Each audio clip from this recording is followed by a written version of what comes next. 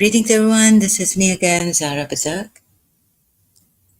I have been thinking about nothingness that I loved and wished for so much.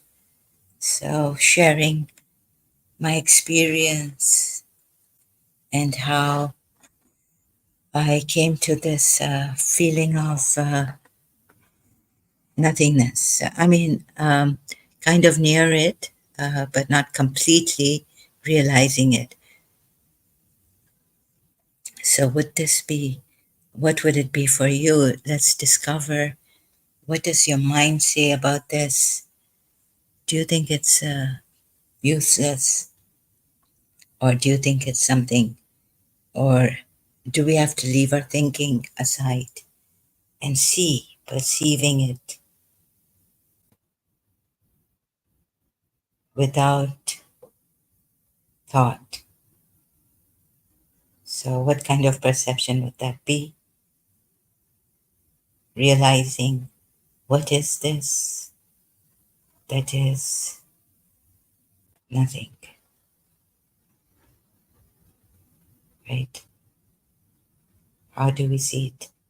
Do we think about it, or what do we do? So it's in after in the sixth year maybe of my separation with my teacher, whom I loved. I thought I loved until I thought that love was the only true thing for me. This feeling that I couldn't describe, or I wouldn't quote anyone to say I love my teacher pure with pure feelings and all this. Anyways. So later on in my own, somehow after 5.5 years, so it's like I know when I shifted to the new house and I'm still separated in the old house, so from 1984 to 1989 until it dawned on, on me that I had an emotional attachment with my teacher, that it was in love. And so I cannot tell you why I couldn't write a letter to her this time. And it was very shocking for me because this is the only thing that I had. I could say that this is true and no one can, change my mind on this. Nothing. I was so sure that I loved my teacher. But I didn't have to tell people. It's just that when when I had to go and they asked me questions and I had to explain to the therapist and why am I attached and all this. And so that's why I talk about it to like my therapist or someone who asks me about this, that, or says that, oh, it was just rejection that you couldn't take because, maybe being so spoiled or being so attached to her because you've never taken rejection in your life. As a child, you were so much smothered with the parents' love and importance, and you could understand why a person you loved or, you know, something like that, they would reject you. So I was like, no, no, it was betrayal. I felt betrayed. Anyways, all this, or misunderstood, perhaps I should have said. So misunderstood. People could understand what this was, no, nor did my teacher understand.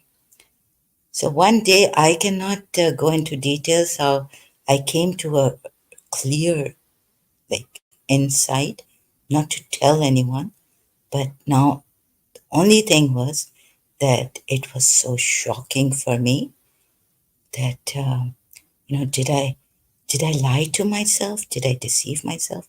I thought this was true love for my teacher, and turns out that I realized something in me realizes with my like complete being, sincerity, that it was an emotional attachment. And I'm writing it in my diary and thinking of writing a letter to her, but problem is she wouldn't even read my letters if now I found that out. Or should I send her this? Would she even believe me if she read the letter I sent her? That I'm really sorry, Mr. Saw. Oh my God, that I didn't love you, that I may have lied to myself again. What a liar. But this time not knowing, and that this is an emotional attachment,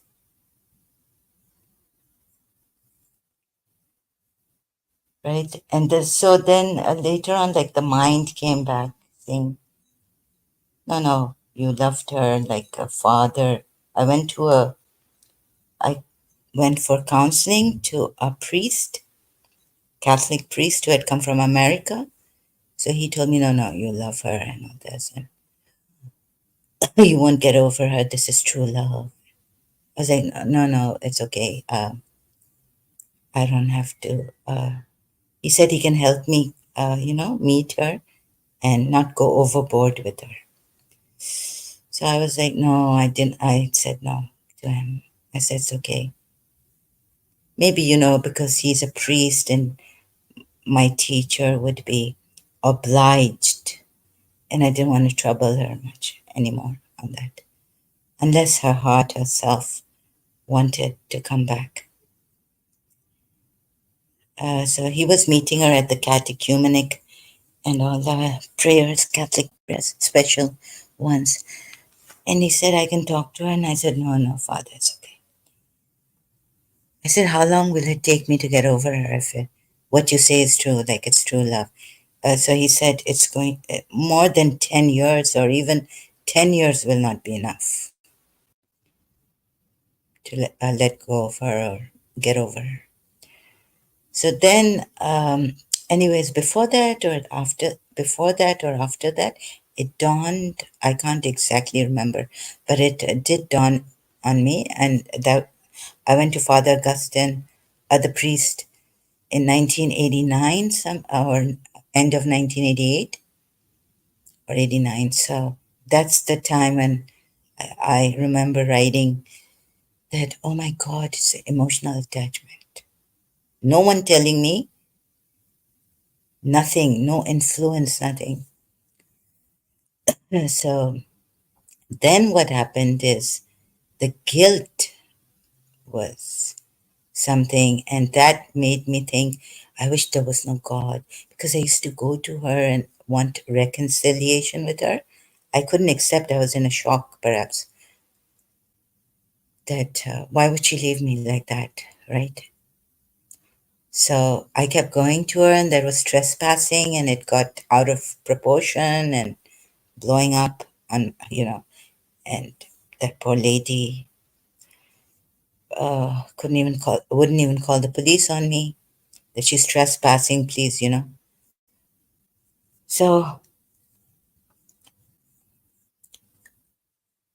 then I was like also feeling guilty of the times I've trespassed and disturbed her and all that. Very, very guilty. Like, oh, I've sinned like anything. I couldn't forgive myself.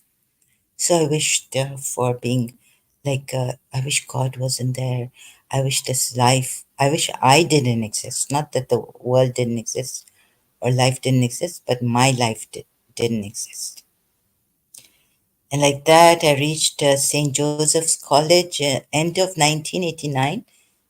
So Bibi Mariam has sent me bread, and I felt like she loved me without condition. Like she had so that meant for me, in my dream, this girl came and said, Bibi Mariam has sent you this, a big bread, but thin, very thin and white, and very soft. So you know what they have in the host, they have in church? It's like you're forgiven, you confess your sins to a priest, and then you go and you have that bread host, it's called, I think, in church. So the bread you get in church. So you're forgiven, your past sins are forgiven. So that was something, I scared that lady to no end, and she must be like so scared of me that, Fatal Attraction movie came out, and I saw that. Oh, it was terrible. Oh, yeah, so dangerous. Love can get so dangerous. It's an obsession. So that was Fatal Attraction I saw in my old house. Okay, but then back here in 1989, end of 1989, um, summer, no, mid September is kind of mid, right? I joined St. Joseph's College, and I was like, just, think. So I couldn't close my eyes because I was on the ground, and I was sitting there outside of the common room.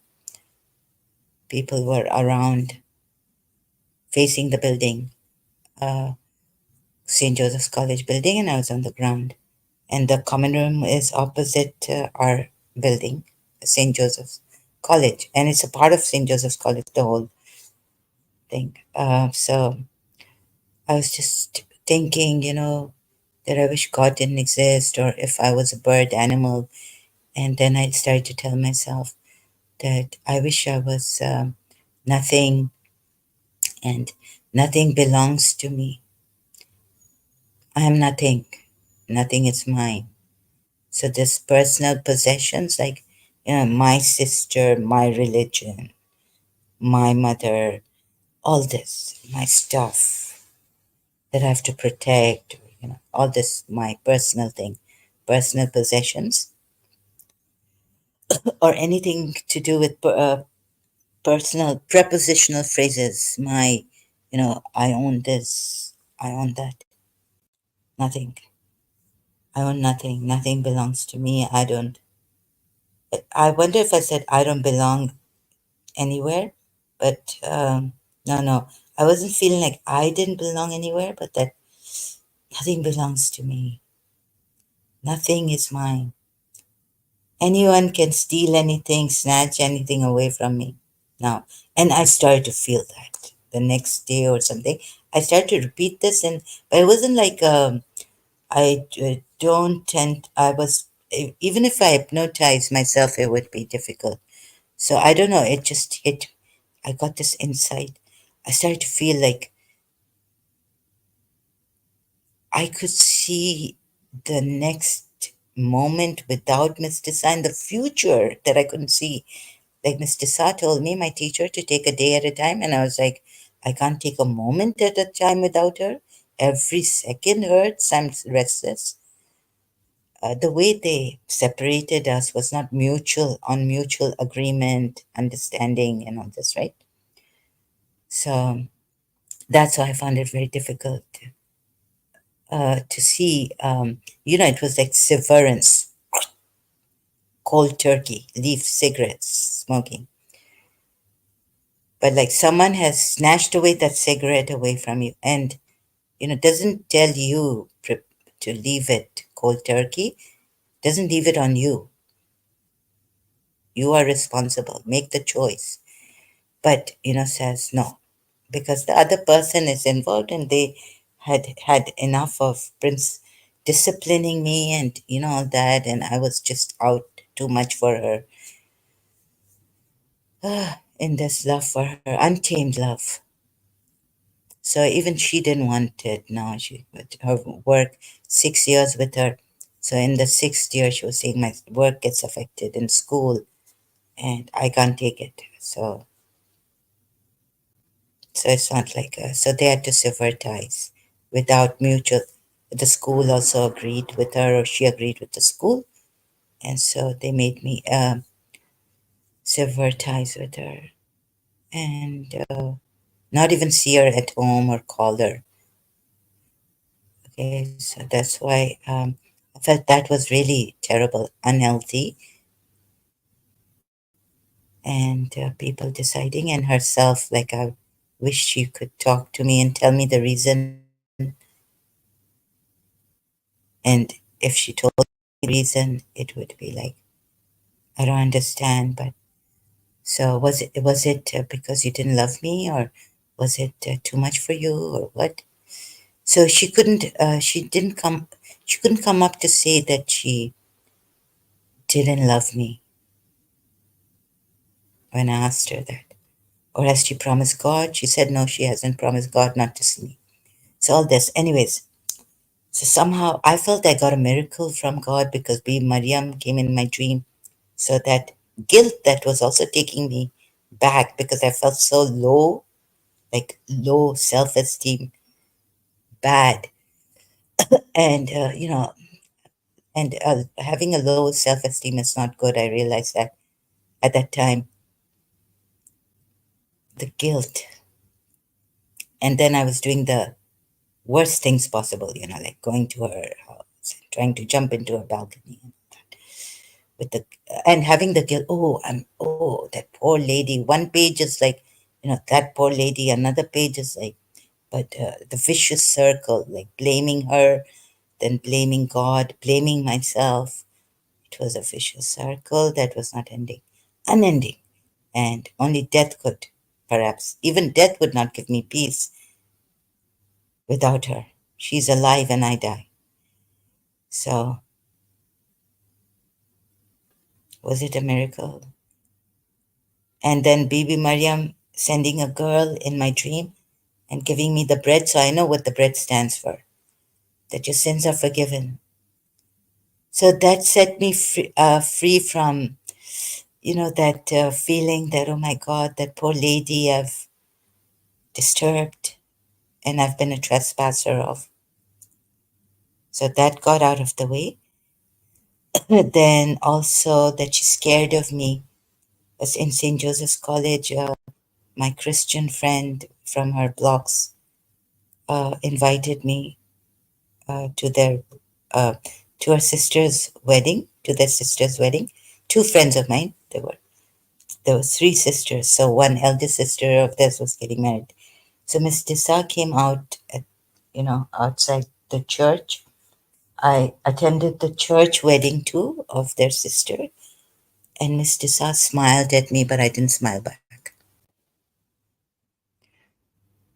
So I saw Miss Disa standing outside the church. This is the first after like long.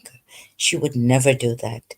Whenever I've looked at her, she's been disdainfully looking down or things like that, right? Very contemptuous of me.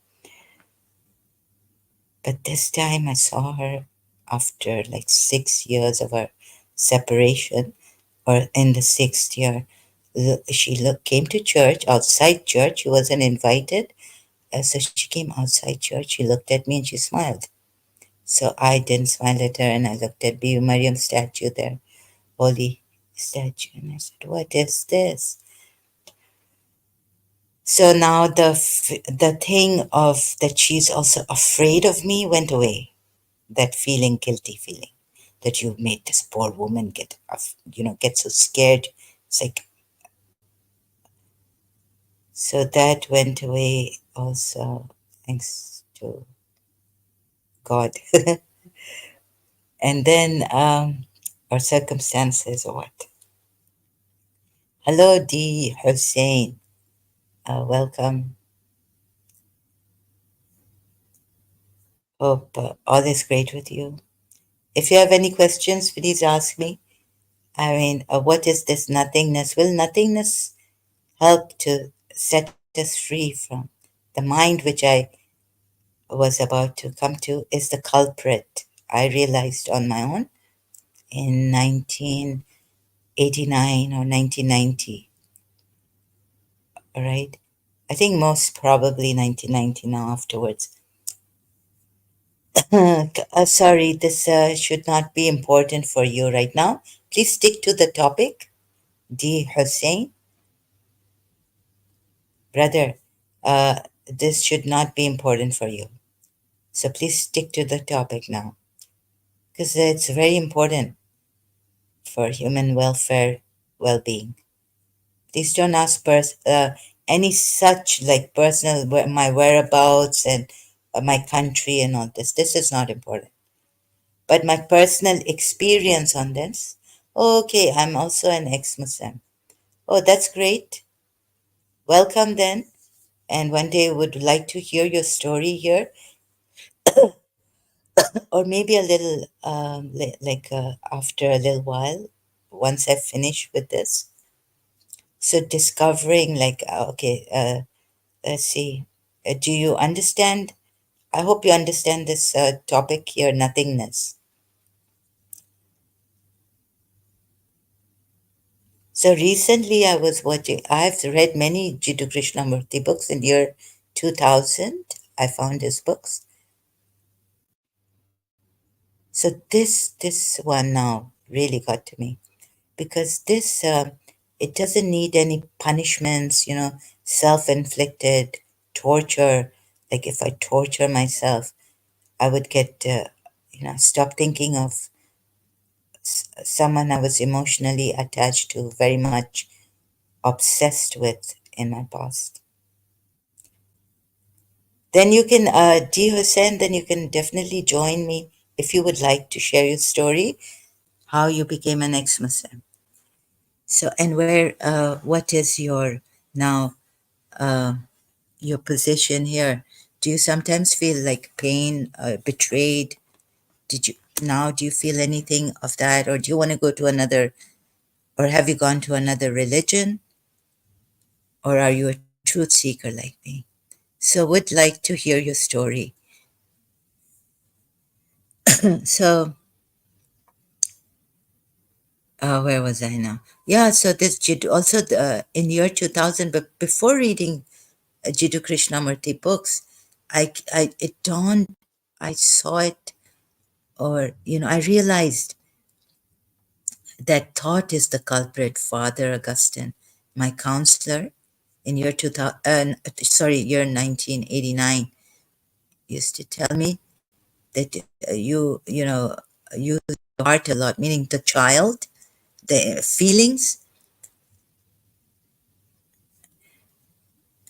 and you should use reason to supervise your feelings, right?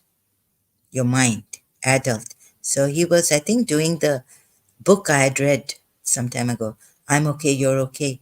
The author's name I keep forgetting. So it's the parent that says, the rules, do's and don'ts, and then it's the adult which uses reason, and it's the child. So there are three circles, and it's the child which is like full of feelings and all. The child is full of feelings, the active child. It's like in philosophy, I think we had this book. Oh, the wishful thinkings and fantasies and imaginations, creativity, or so much from the child, and feelings. So this. Then, then I realized that when he told me to use reasoning in this relationship, then I realized that it's very unhealthy. Like, some said you're very impulsive. You don't think before in this relationship. Like, you just want to meet the person you love, and you just call her or something, and she's like, "You've disturbed me. You're disturbing me. You've disturbed me," like that. So, yeah. And then I had my own upbringing, like my grandaunt's. Their doors were always open. So then I could go into this mind game, like, oh yeah, I loved her, but she wasn't like my grandaunt. And then, the mind comes in, and you see how the mind comes in and starts its mischief, makes you feel, oh yeah, no, no. You see, she's not like comparing, she's not like my grandaunt, and I wish she was like now. The mind pulls you back. But once I saw I could face it, I could face the whole future without her. I saw that it is futile now. And it wasn't that painful to see, it just happened effortlessly. So without any, before like punishing myself, banging, like if you're going to think of Miss Dissa, I'm going to put your hand and, like torture your hand. Physical torture also I applied to myself. Sometimes the pain was so much that I had to give myself physical torture, physical pain. The psychological pain was too much, or, want to kill myself, take my life. So this was happening when I was attached, and I hadn't realized on my own that this was an emotional attachment. And it was a very big shock for me. And yeah, I wish I had told her, at least wrote to her, that sorry, I apologize greatly. I realize, but how would she believe me? Anyways, I left her in your, I managed, like, I could see there was the time for 6 years, every second was hell for me. Restless agony without her. You know, the more they say, the more they say, the more, they say to uh, not see this person, they stop you or something. The more, it hurts. Forcefulness, punishments, and all this, keeping you away, severing ties, all this nonsense. This is terrible, violent. It's a injustice. It's a crime. So then, what Jiddu Krishnamurti is saying here, like this thing is effortless, like, and maybe then in the end, when he says you haven't seen it, because you see, if you see it, perceive it, then there's total freedom in that. There's no fear. Then the fears that come. It, I, I would say that then you haven't really seen it. Or maybe what Muji Baba says, that the mind comes back, don't give it to the mind. But now you can see what the mind does, like comparing and going back to saying, no, yeah, Father Augustine, my counselor, was right in 1989 that I did truly love Miss Tissot. It wasn't that emotional attachment. It was what the people were saying, obsession, this and that, and it got to me. And I started to believe that it is an emotional attachment. So, and then the mind comes in. But when you see it yourself, it's something else. Not someone telling you. So I saw it myself that it was an emotional attachment and it was in love. If it was love, then I could have just left her without wanting to go back. And it was mishandled also. So even in this emotional attachment. So then the ego and the mind, the heart suffers a lot. So after having realized it's an emotional attachment and then wanting to, try to just be at peace without her, and sometimes, like in 1989, all this was happening, going to a yogi also and saying, hypnotize me because, this reincarnation, you were perhaps a reincarnated something. And that's why. So going through all that and seeing that I'm hurting the one I love and saying that I love her and want her back as a family friend and all. I mean, this is not good, right? So do something. Stop me from going there. Now, therapy was not working. It total failure. Two to therapists, then going to counselor, then third one before that going to a counselor.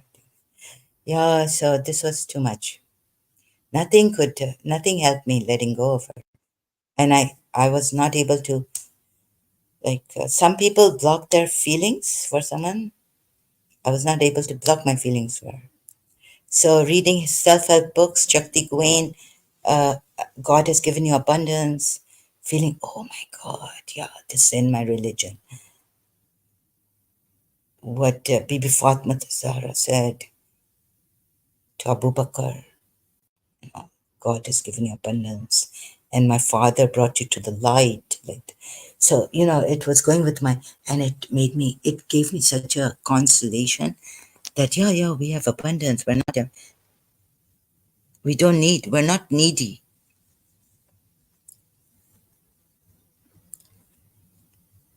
Doing all those affirmations, I'm healthy, perfect health, this, that, and there's God has given us abundance. So was it God or was it my own seeing, like Jiddu Krishnamurti says in this video? Was it God's grace, or was it that I saw what is like with that full energy, where compassionate, where you're just loving, that it's mind stopped at that time or something. Then the mind came back because I don't know, wishful, like thinking that I wish there was nothing. I wish I was bird, didn't have to, uh, I was like for my sins, the wrong I've done to Miss Asteria Desa, or her whole name came out, Asteria Desa. Asteria, when you need. Sorry, my funny. Let's keep it lighthearted. So that's Def Leppard's song Hysteria. I call it Asteria.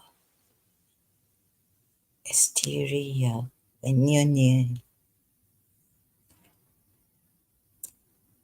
And then it happened. One fine day in college, St. Joseph's College, the fruit of patience I was holding in my hand.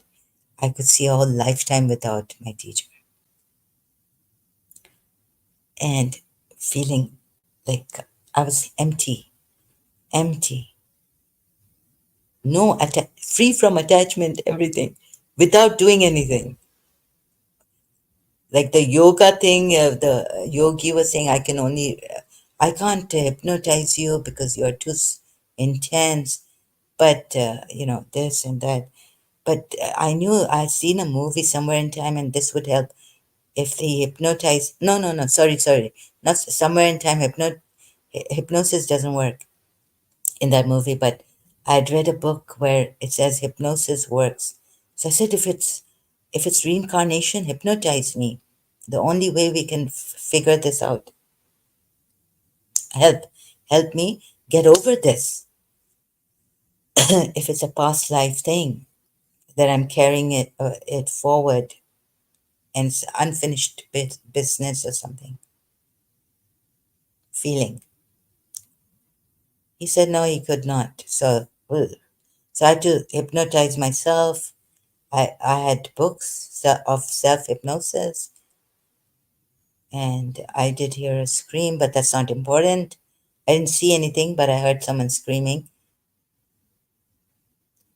But that's another story with the principal.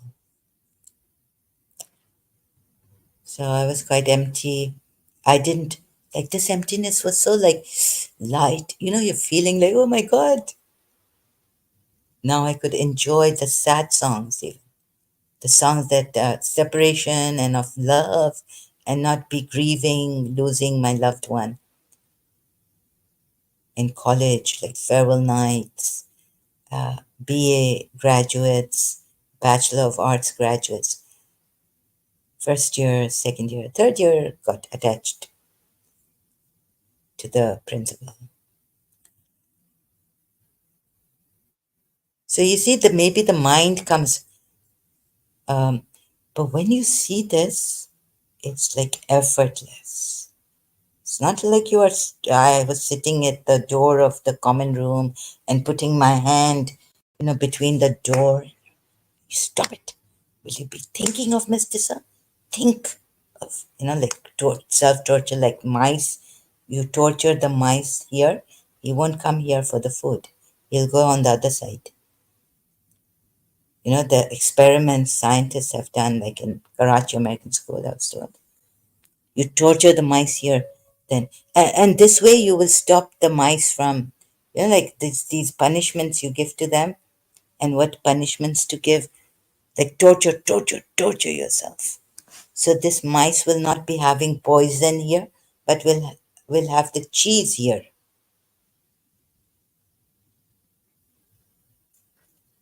proper healthy food for it.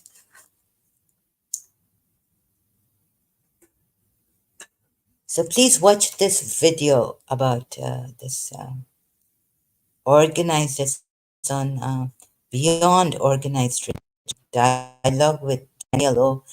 and Jiddu Krishnamurthy's Malibu 1972 on his channel J. Krishnamurthy dash. No, no, wait a minute. Yeah, yeah, it's sorry. It's J. Krishnamurti dash official channel on YouTube. And now I get it. I like who gets it? And then I was like, again, I could see my mind coming back. So I'm going to keep this because this is very important for me and it may help you also. If you've ever experienced this, that the mind is the culprit, even though it gives us good things, the mind is the culprit, and also whether it's the grace of Allah, God, or seeing for yourself, having that immense. No, I'll just okay. I removed it. See, I'll keep it. I'll bring it back. Hopefully, if I remember. So, seeing. So it was a little bit of a distraction here for me. So let me think. Seeing with compassion, effortless, without punishments. I mean, what was it in college? That emptiness I didn't dread without Mr. Sa. No hope, hopeless. Like it's not a hopeless case. It was a hopeless case and a helpless case of mine. 6 years she wasn't coming back. I was begging her in the beginning, writing letters.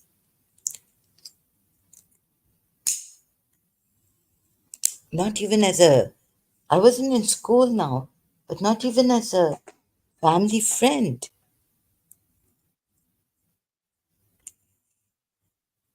So the thing is that wherever was in college, 1989, this emptiness just comes. I think seeing for myself that realizing that, oh my God, it's not true love and it's an emotional attachment. But I thought God has helped me, given me a miracle. Savior must have come there and saved me and her. Because yeah, there's a time I said the prayer of Jesus Christ. Oh God, now I said, oh God, oh Lord, take this cup of suffering away from me. Maybe that, but not what you will. Oh, sorry, not what I will, but what you will, right? So this, no. And so, yeah, what was it? So I was like, thank you, B. Mariam, thank you.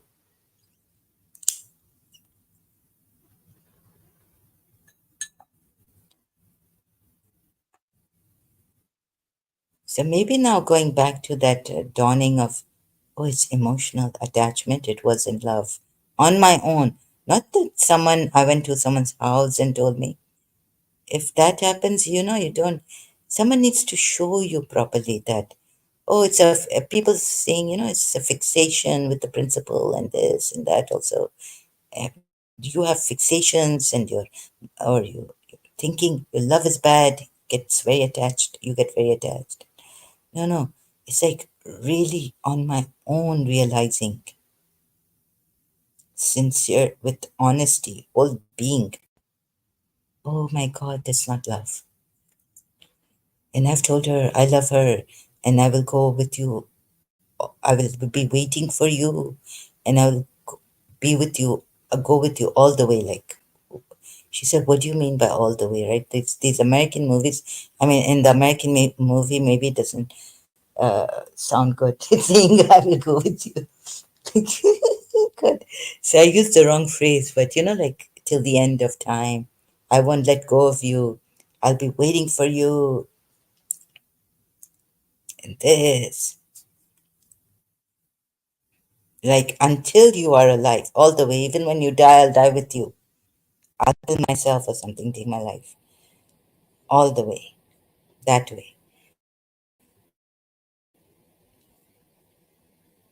Oh, goodness. So it happened, and so someone like Jiddu Krishnamurti. please, please. And then in year 2000, voices commotion, and I couldn't, like, I'm reciting Nadali, and they're reciting Nadali with me, teenagers and God knows who, voices, like, commotion, and screaming and shouting and force. But I had to see what was this, that, is it something in the brain? Like, is God our wishful thinking, or are we believers stupid? It was hardly, like, I wanted evidence of God. I was searching for God. So I was like in myself also searching, is it in the brain? Something. So I remembered Descartes, Rene Descartes, that I had some knowledge of from Karachi American School, that he says, I think, therefore I am. So I got myself, and I'd read Dr. Deepak Chopra's Seven Spiritual Laws of Success in another book, and buying all these spiritual books for self help and all. So I was searching, and I said, no, no, wait a minute. Can I see? So Descartes, Rene Descartes' saying really helped me, because then, I mean, do I exist because I think? Or is it something else that is in existence here without the thought, without the mind, the brain? Oh, brain, yeah, if you're brain dead, then body still is alive, but awareness is gone. So then I discovered, what name shall I give it? I said awareness, and then I said pure awareness, like untouched by the, what is purity is like, or this part of purity is where you're untouched by the world. So I was like, I found, even during the commotion voices, I just closed my eyes and I disregarded, I didn't pay attention to the voices now. And even with force, if they were coming, and I couldn't meditate because the watching feeling also is there, but I still managed. And somehow,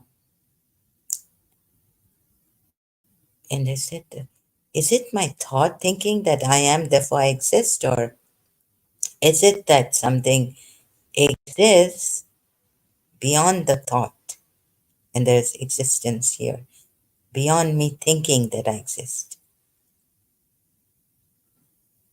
Or what does Descartes says? I think, therefore I am. Oh, so I put what I did is put the I am before.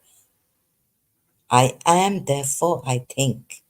Or maybe what Descartes meant was the thinking brings, like in the Bible it says, what you think you are. The thinking brings you to form. But at that time, I wasn't that much into the power of thought. The only thing I knew is that there is some existence which is awareness, which has no thought, and it exists without thinking. So, therefore, I am pure awareness. Like, or you can say I am, just I am. But to explain, to see this, that it is pure awareness, I could not explain, but to actually see it and sense it, perceive it. And it is the perceiver. Then slowly you realize, oh, it's not me perceiving it, but it is the pure awareness, pure awareness, which has no birth, which, like Chidananda Rupa Shivoham Shivoham. So if you're not Indian and you don't know Sanskrit and all this Shiva, I have no birth, I have no death, I have no books, I exist without birth, without mother, without father, without mind,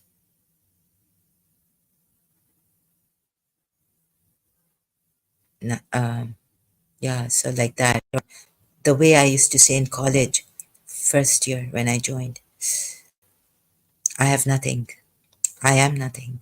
So that was a like kind of a wishful thinking, but I didn't realize that boom, it hit me. Oh, like okay, I'm here, flesh and blood, but is it my? It was my wishful thinking of it that set me free. Like my love for nothingness came, right? Oh, this best thing. I wish there was nothing. So that wish for nothingness. And then in the Quran, I find Bibi Maryam, I like paid attention when Bibi Maryam also says in Surah Maryam, oh, I wish I was a thing quite forgotten and gone into nothingness, like oblivion, nothing. And then she gets a miracle, but she's in pain. She's having birth pains because, she was a virgin, I guess, and God gave her. But God didn't take her out of the pain. God gave her a son miraculously, but He did, the childbirth for labor, they say, recite this, some Quran ayat or surah, so that your labor is painless. You don't get any operation or anything, cesarean or anything. Oh my God. But Bibi Maryam is having pains because of that child is being born, labor pains. But miraculous child.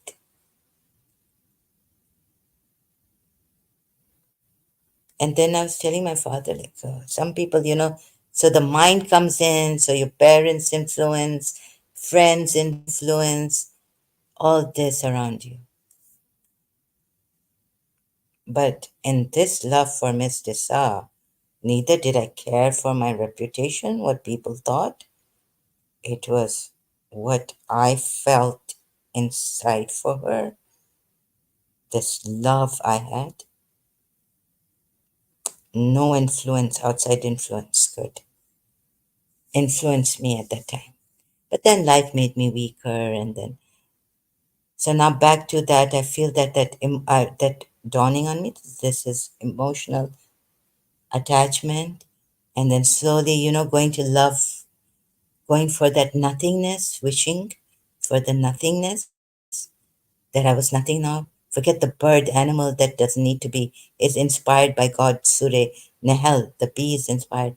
So, God giving you this free will, and the will, it's a terrible curse that we do wrong things and sin, susceptible to sinning.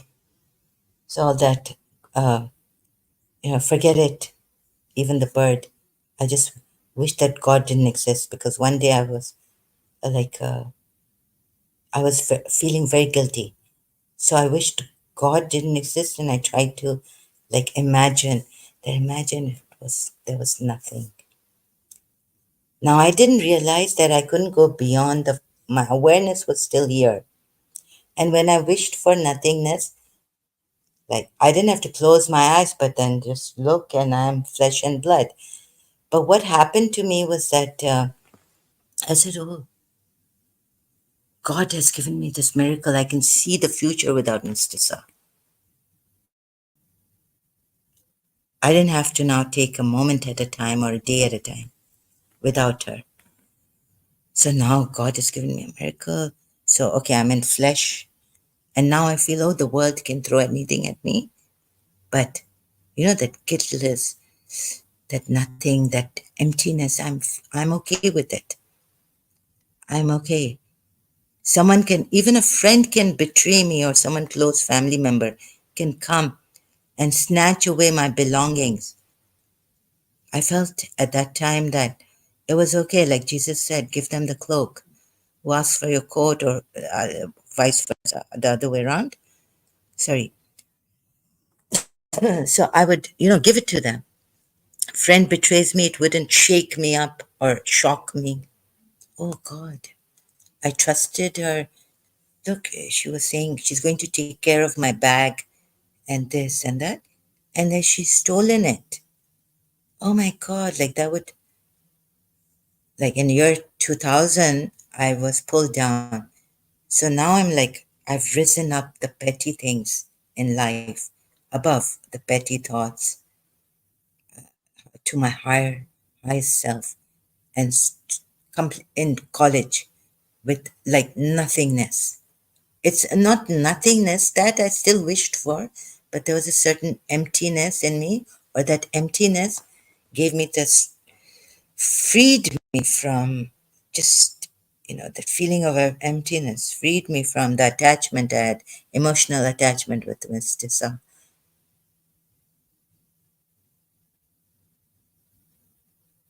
So didn't have to punish myself like I used to.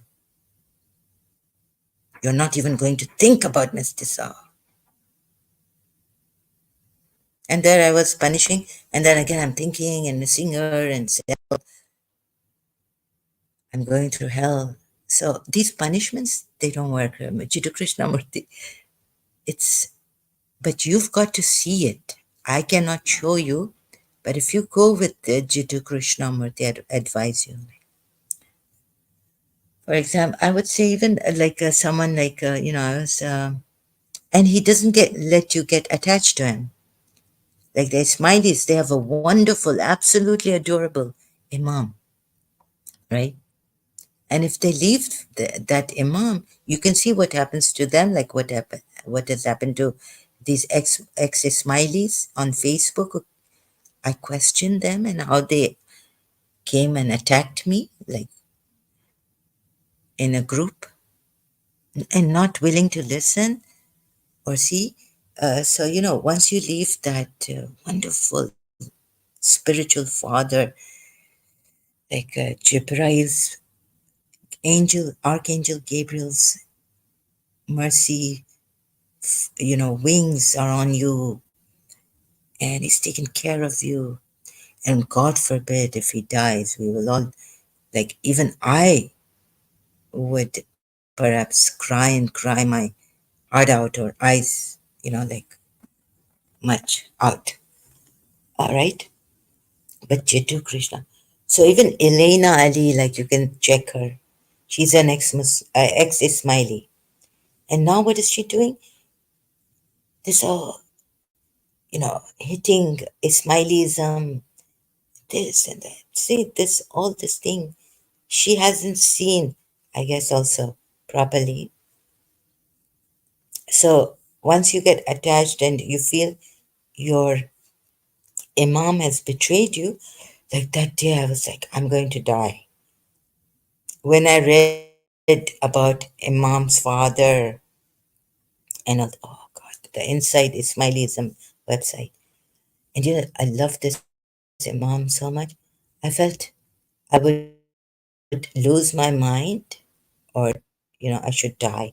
It was extremely painful. So then, you see the rebelliousness in the ex-Ismailis.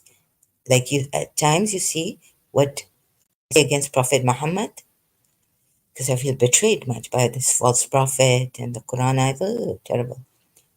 And this religion, Islam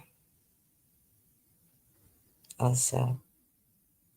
But in this, like, then you don't feel any violence. This, like Moji Baba would show you.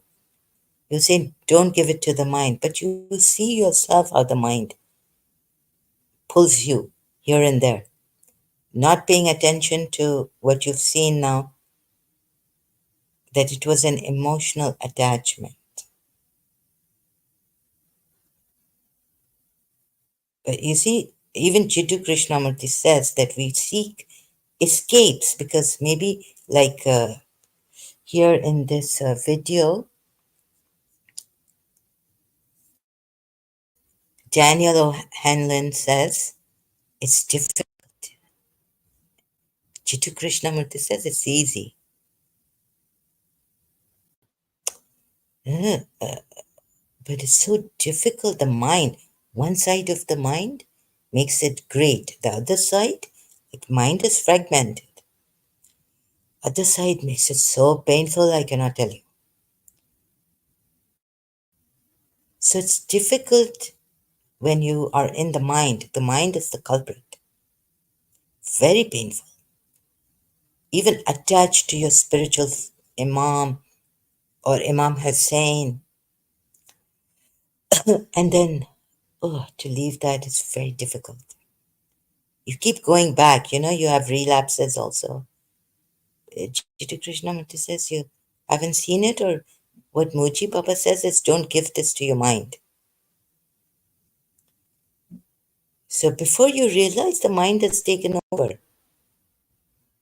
Oh yeah, this, we don't see it with that, what Jiddu Krishnamurti says, we want that immense energy to see it, to let, to see what is wrong and what is this mind wrong and right about, or seeing above it. So then you're not in the wrong, you're not in the right, but you're above it. You surpass it.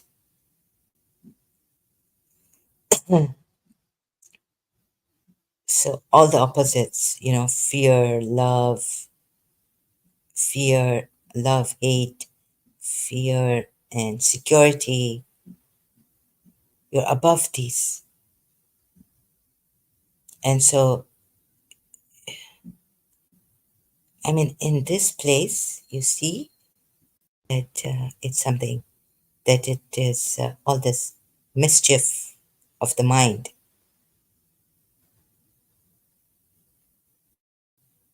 telling you, oh, you really loved her, truly loved her. So we find, and this mind, or it won't let you see proper, the proper seeing with that full energy of compassion, with that true love that Jiddu Krishnamurti says comes out of it, that which, or it has that true love, that unconditional love, observing something non-judgmentally, but paying attention. Yeah, if you love someone, then I decided, like in college, if I have to love the principal, God is telling me or something, I feel, and there was this friction. So I was like dizzy, and oh no, don't tell me to love her. One, is it God? One part of the mind was saying, or I felt my heart, and I was trying to fight it with the mind. There was this friction, making me dizzy on the second floor. I had a class before. I had a class too. I was going to attend the class, yeah. So outside in the hallway, I was like, and friction, to love or not to love. Make me dizzy, a very strong feeling, but it won, to love. So then in the classroom, I decided I've written unconditional love. Observe without, like if she has a weakness. But then I saw myself getting zapped, like it was affecting me. If she said something, she forgot, I would think, ah, she lied to us. She promised to do this. And zap, there I go. Waves cutting through me. Oh, but Zara, just, she's magnanimous. I wonder, oh God, you lied to me. Oh heart, you lied. Oh, I couldn't fight Bibi Mariam though. I couldn't complain to her. So, but my heart, oh heart, you lied to me. Maybe I got the Bibi Mariam's signs wrong. That if you love me, then put your arms around me through mommy, my principal. So the next day she hears me, Bibi Mariam, Jesus Christ, mother, so quick to hear me. Miss Disa didn't come back, but now, you know.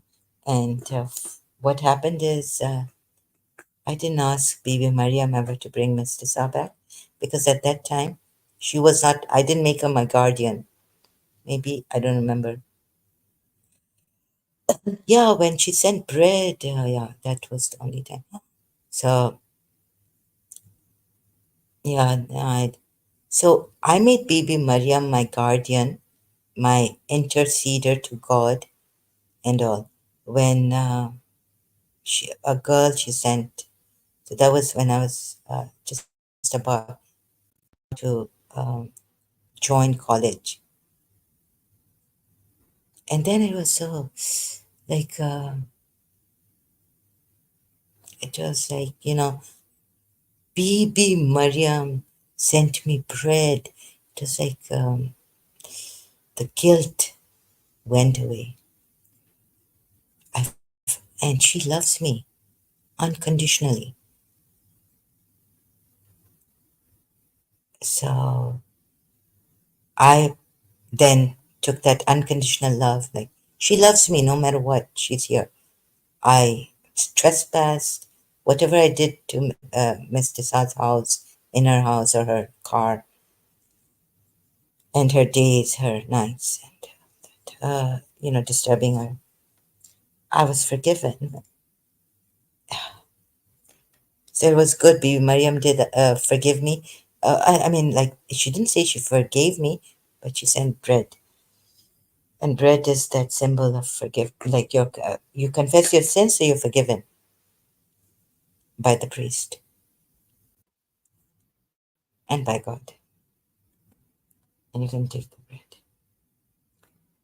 So it was nice, really good. But what was the point here? That Bibi Mariam was not my guardian at that time.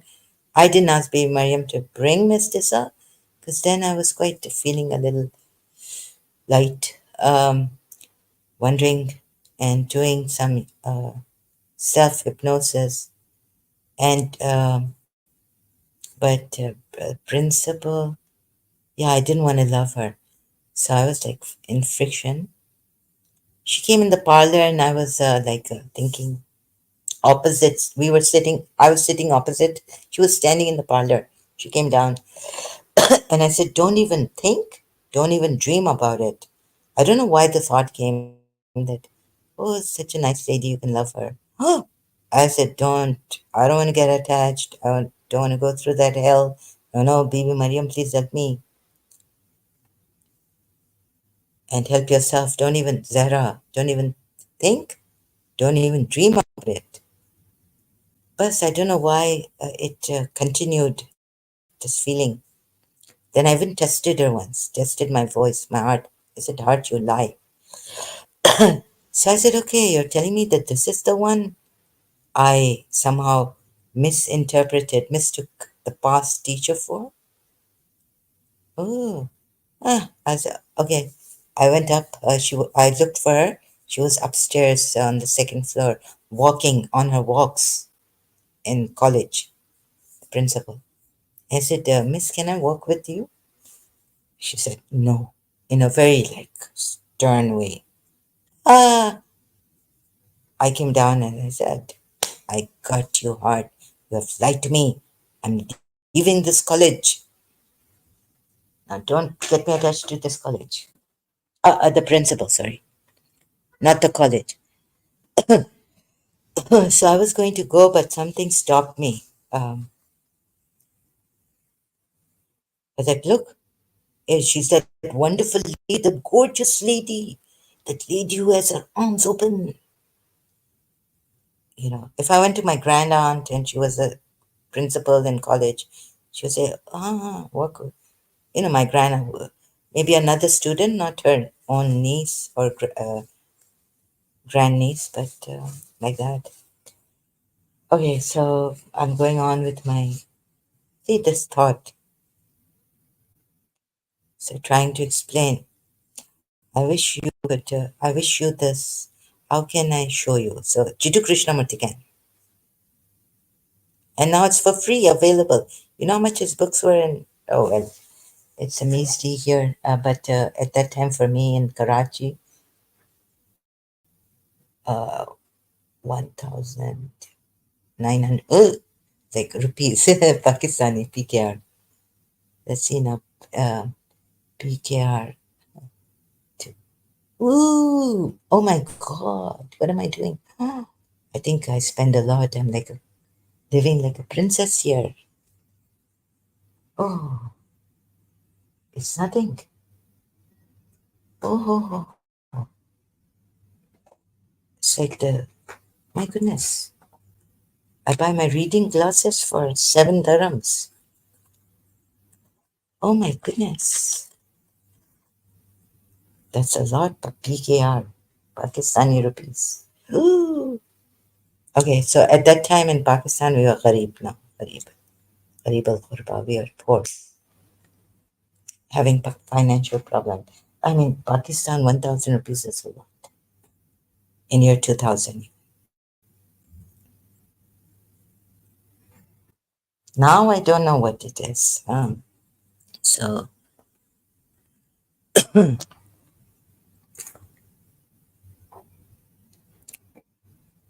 so would nothingness, would this set us free? Like the energy Jiddu Krishnamurti mentions in this video, you need to have lot. And this lot of energy is perhaps pure awareness, seeing through it, awareness, not getting in the jungle. Oh, okay, seeing the mind where it zaps you, where it gets you. Oh no, it's like very tricky, very satanic mind. Satanic.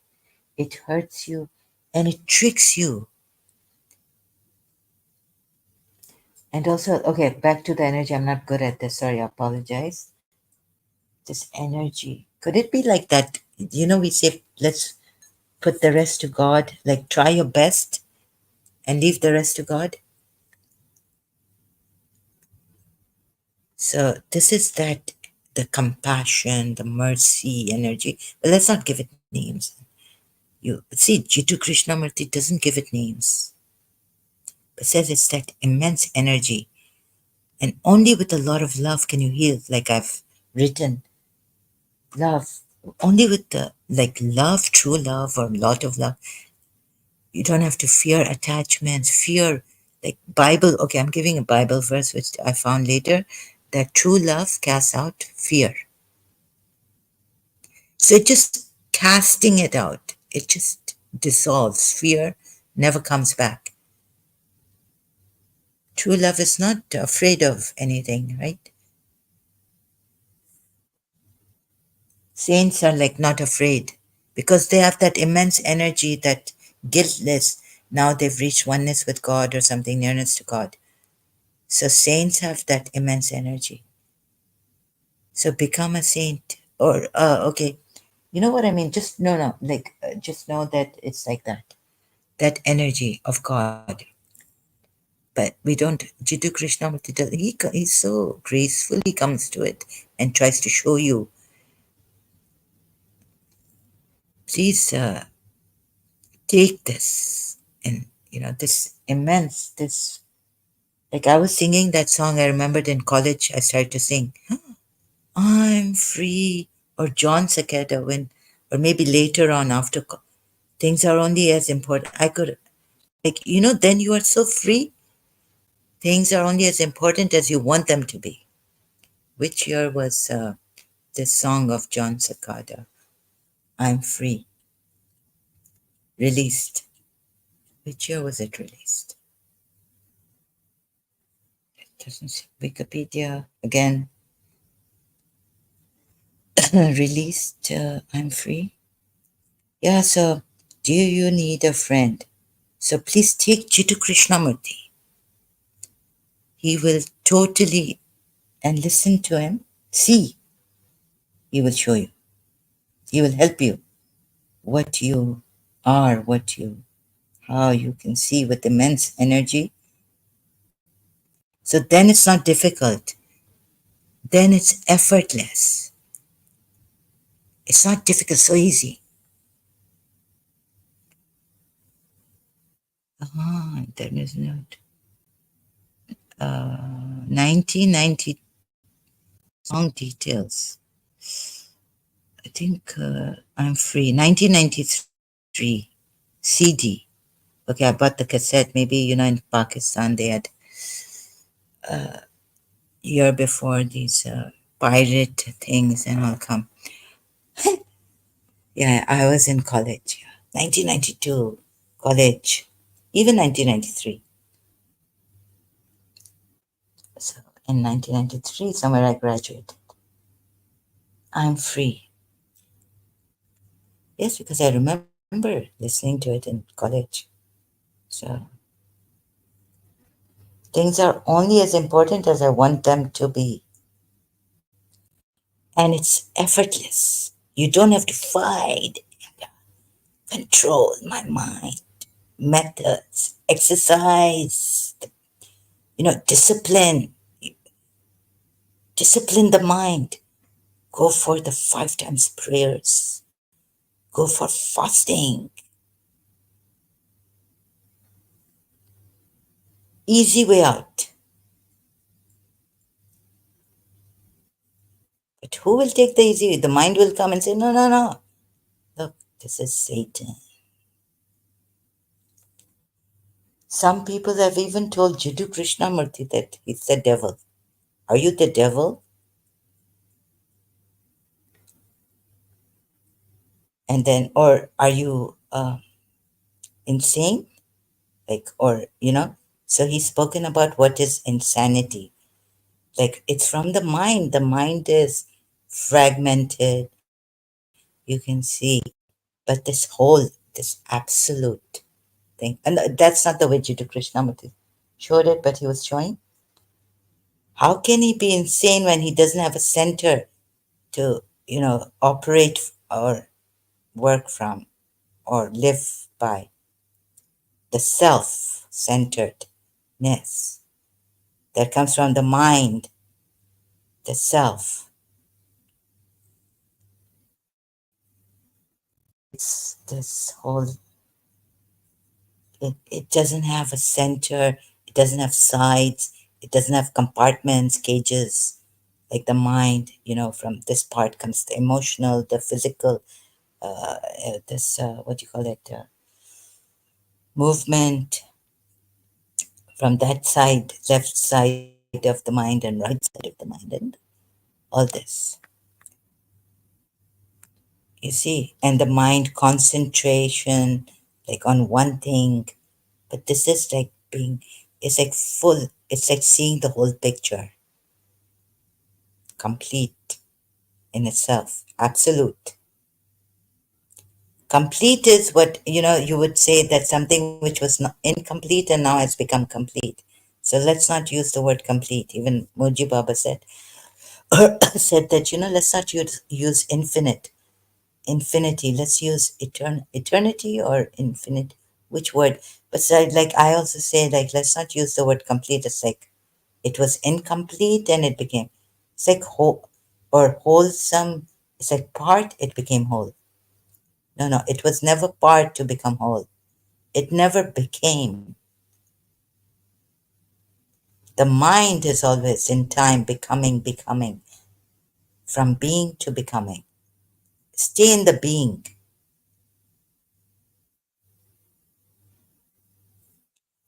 the being of I am.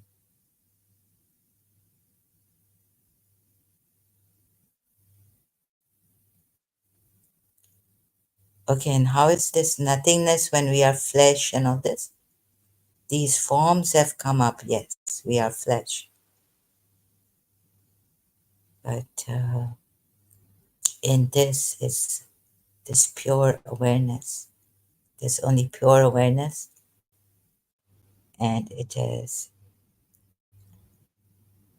no birth, no thought, nothing to complete it. It is fully, like, how should I say? And at the same time, so empty. It doesn't own anything, possess anything, nothing possessed, nothing owned.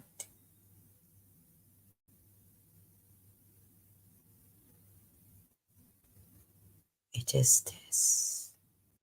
It is you and I, common factor, the essence.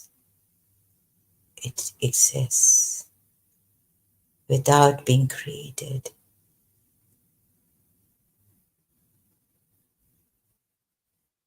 in itself, just being existence.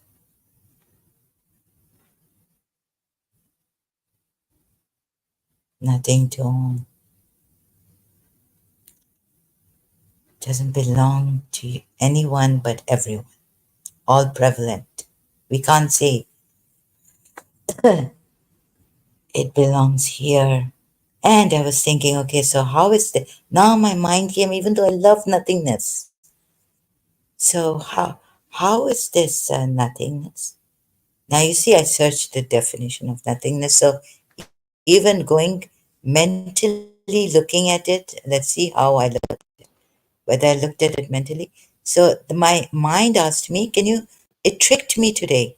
Again, it tried to bring me like, how is this nothingness? Wouldn't you ask me that question? So let me show you how the mind comes in. How is this nothingness?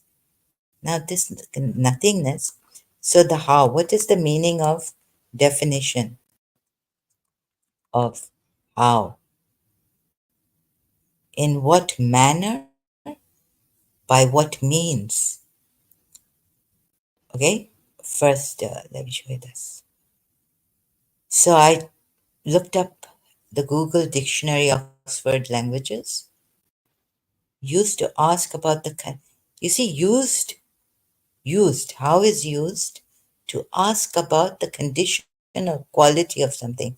Do you see it here? Yeah, it's come on the screen. Because it doesn't have any quality, there's nothingness. So who is asking? You can instantly now see it, immediate seeing, direct seeing. Conditioning is from the mind in time, mind, thoughts in time.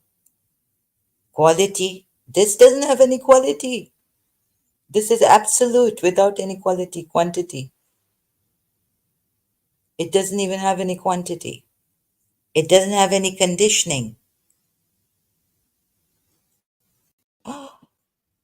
You see this? So, you know, the mind has tricked me, zapped me back, pulled me back into, like this, coming, escaping from what? Seeing directly.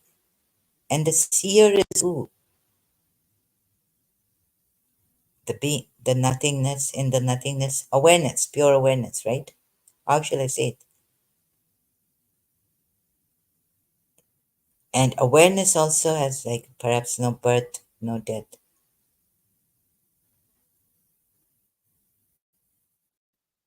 We'll see about that because Harris, what's it? Sam Harris raised that question to Rupert Spira, that, if you have anesthesia, the awareness is gone, the or consciousness, whatever Rupert Spira calls it, Spira. So then, how can you say it's still there? It's always, it's absolute, always present, like ever living, ever present. Oh, then I was like, yeah, pure awareness. Yeah. I could understand what Rupa Spera was telling him. I've forgotten, trying to show him. I think I need to see that video again. It's a short video, not a complete one. If you want the complete one, we have to join Sam Harris's website, subscribe and all, and then see the whole bit, the whole part of the dialogue.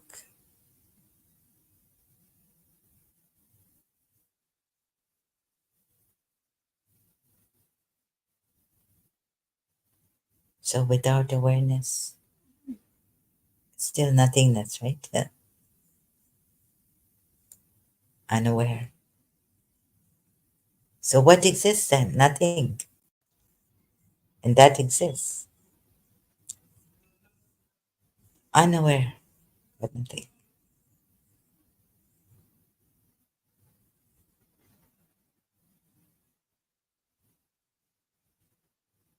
So something. Then I mean, imagine like, okay, my eyes were not closed in college, but it's like the oh, so well, you have flesh, you have to go home. Now, will you feel restless if your car is stolen or you can't go home? There's a delay, and principal is all has. But at that time, I wasn't attached to her. But let's say in third year, well, at that time, it was like even if today I leave college, I'm not attached to the principal. So the beautiful moment spent with this wonderful principal, just keep her as one, like just see her wonderfulness in college and even when you go and meet her at home or somewhere outside. And that's it. Like you don't want to be with more time, more, oh, let's, mommy, let's make it forever together, this, that. And I felt then later on, God was saying through the songs, this is, it's forever. This time I know it. There's no doubt in my mind. Kisses song comes up in my Walkman and it stops me. I'm on the first floor. And it's like God communicating with me that don't fear. It's forever with the principle. Oh God. I was like, no, no, no, please. Just give me that feeling back of emptiness, detachment. And so I'm going out now to this. So my point is that it happens without any violence, hard methods used. Discipline yourself with hard, you know, everyday struggle, struggle, struggle. Today, do one good deed, think good, speak, like have good thoughts, put in your mind some good thoughts. Oh, bad thoughts are coming. Violently stop them or replace them with good thoughts.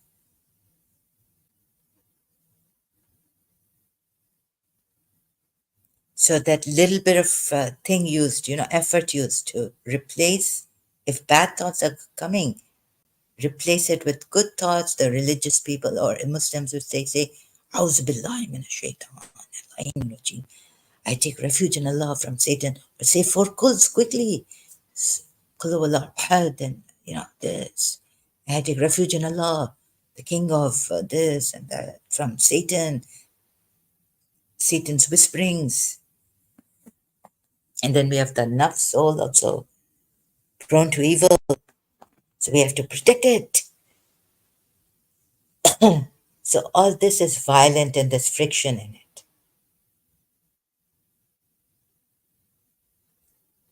So who can gently lead you to your own light? There is a master, Master O. There is Jiddu Krishnamurti, and there is Muji, Rupert Spera. Gently, gently, without any violence, seeing. Seeing is the best thing. And when you see, you are the witness, you are the seer. It will, it just, you just let go of anything and everything that's harmful, that's not good for you or for the other person, effortlessly. Okay? So this is where I've reached today. D. Hussein, are you still here? Sorry to, oh, it's 1 hour, 25 minutes late here. My neighbors are going to kill me. Not only the Hindus in Dubai or, yeah. So you know where I'm at. And so D. Hussein, sir, brother, if you're still here, I can send you the invitation. You can join me. And if you like to join me, there's no force. just, you know, you can talk about, you can tell me next time. Will you come next time?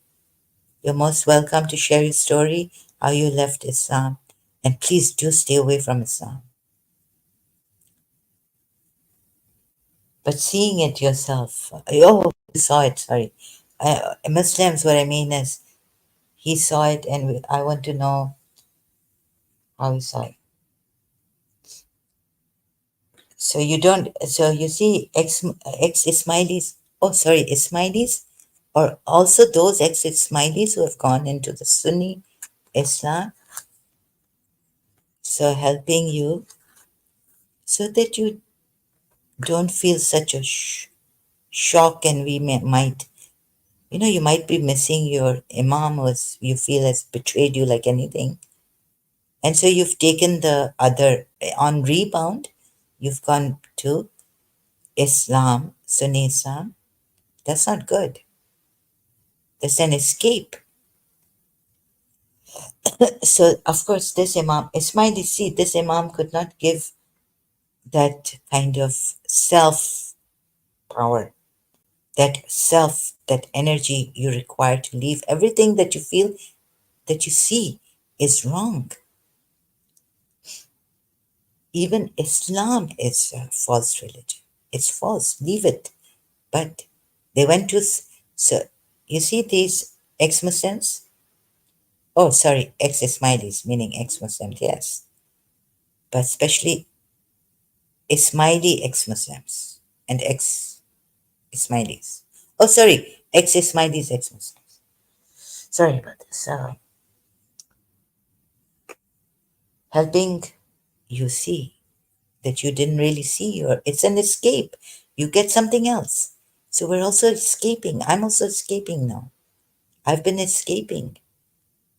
Otherwise, I would have loved the principle, unconditional love, and not start to hate Mr. Saw.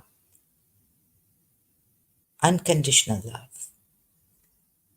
And no matter what the world does to you, what it throws at you, especially the women also, children, women raped, gang raped.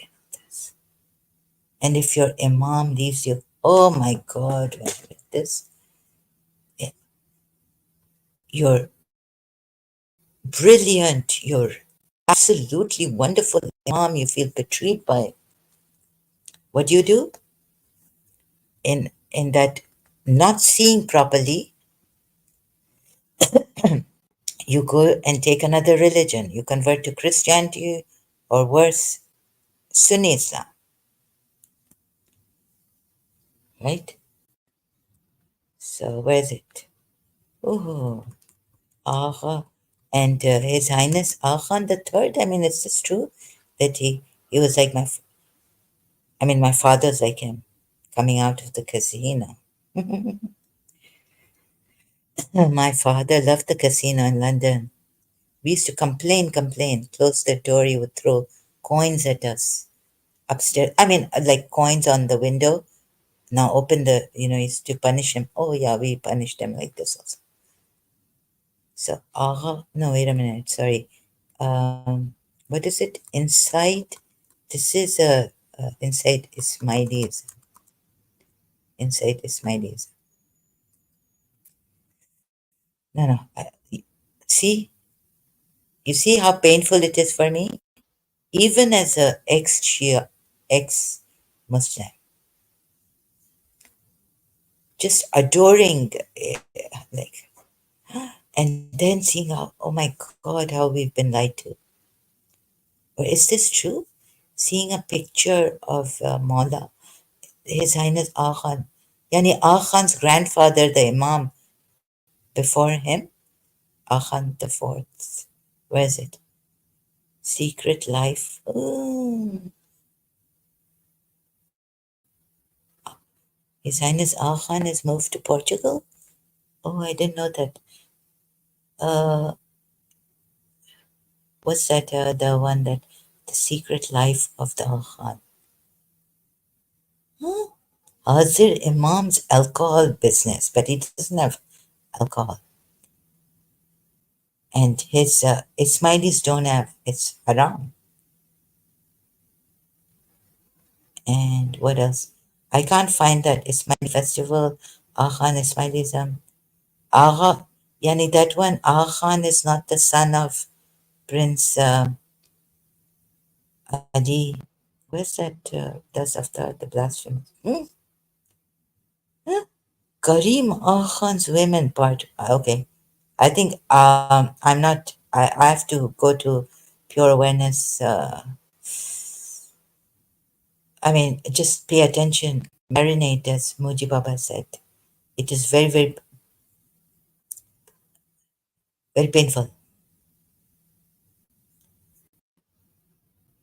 I saw Prophet Muhammad betraying us, like he was a liar and a false prophet. Of course, Ismailis are sheep. Oh my goodness. God's position on Ramadan, and oh my God, the secret life of, maybe in this one. Oh no.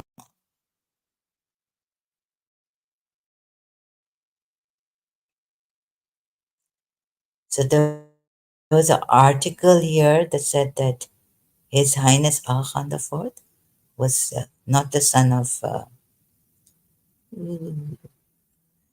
Sorry, this happening.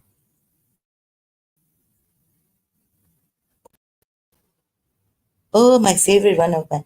Oh, Princess Grace. Oh, Grace Kelly. Wow, very beautiful. Grace Kelly. Ooh, what's this? Rose Wittgenstein or Wittgenstein. That says Karim Aga Khan. Are you sure that is?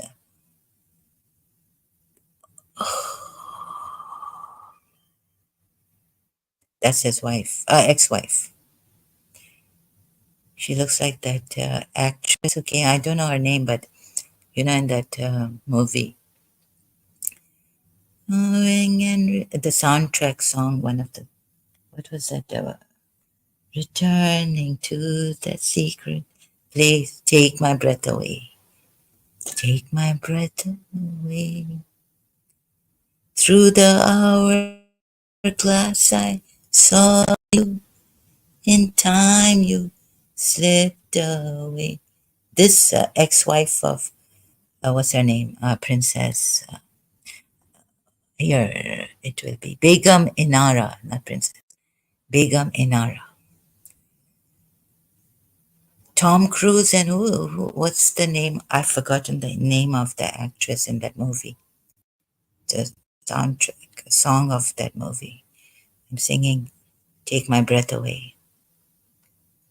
Ooh, that's it. Who were you with in the moonlight? Who were you holding so tight? Who were you with, my Emma?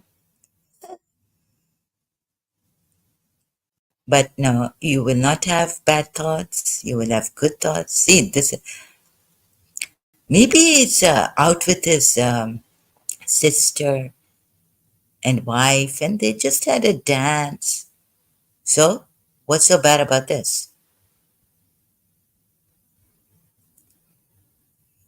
Oh, Sally Croker Pool, and and he's just. तुम लोगों के कितने गंदे दिमाग. See, I sound like now about what she said, Alina Ali, about Amina Sardar. Liberalism.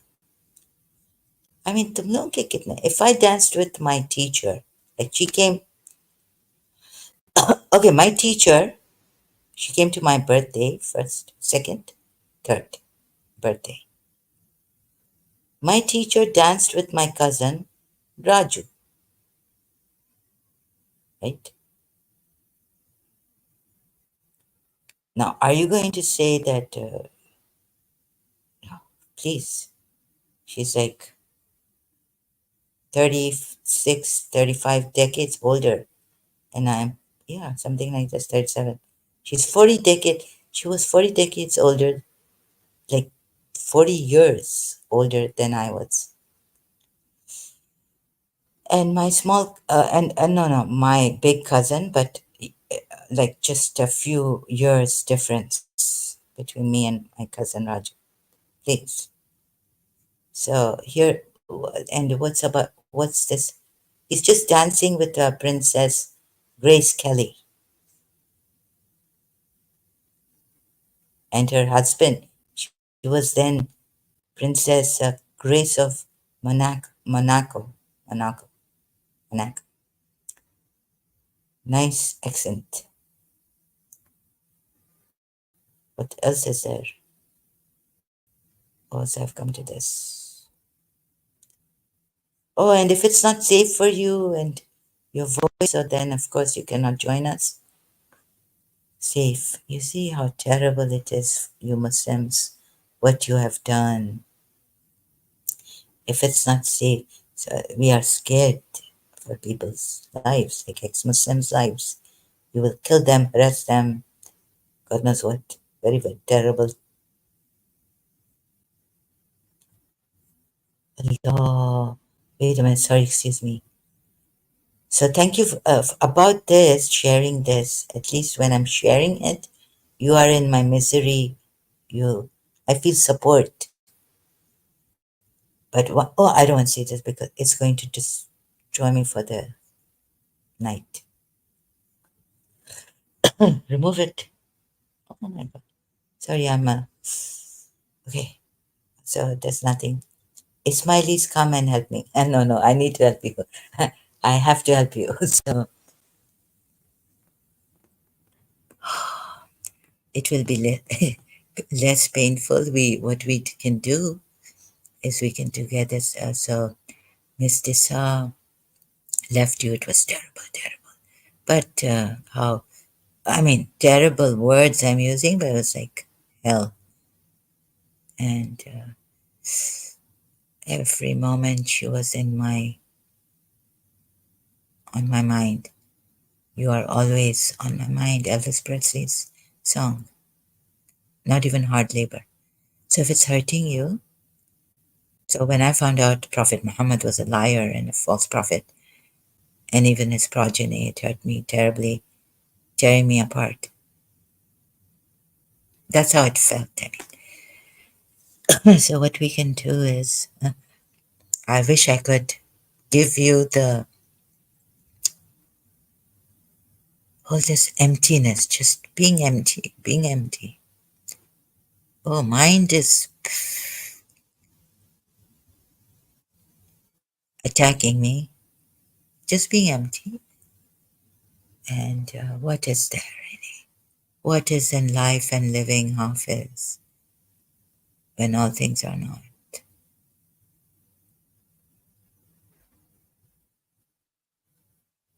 So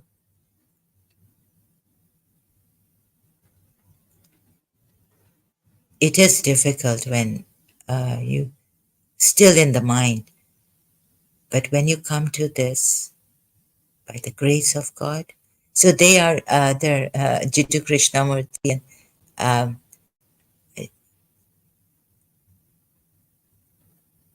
Daniel Henlin is a Christian, was a Christian, 1972. I don't know if he's alive or so, or not.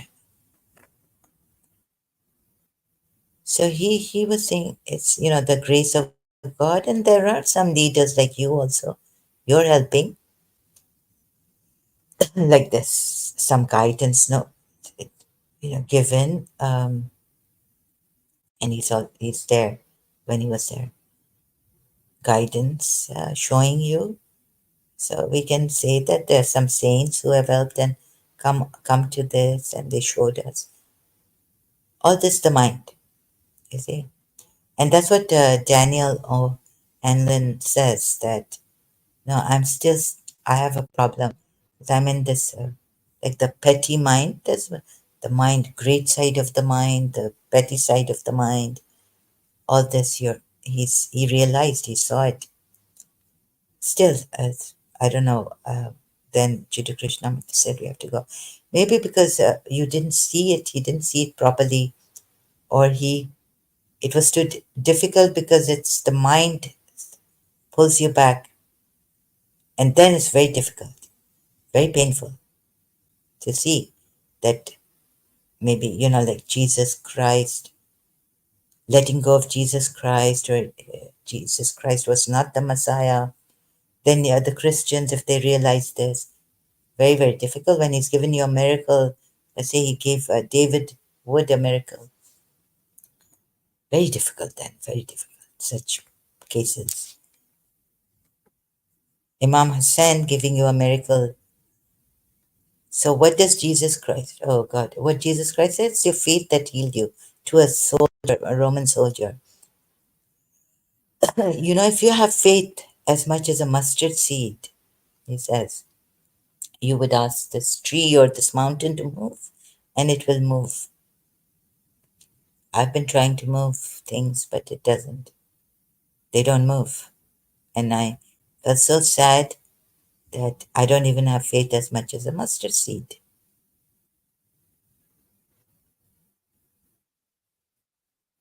After again watching Jesus of Nazareth in 1989, in my bedroom, I tried to tell the chair, come, you are going to come here. And I wasn't coming. It was a shock. No, no, I believe. I have faith, 100%. This chair does not have free will. I mean, don't tell a human being to come, because let that human being, you're not control you, well, your faith. Oh, like, don't manipulate, like, I want this human being to come so I can do something bad to it.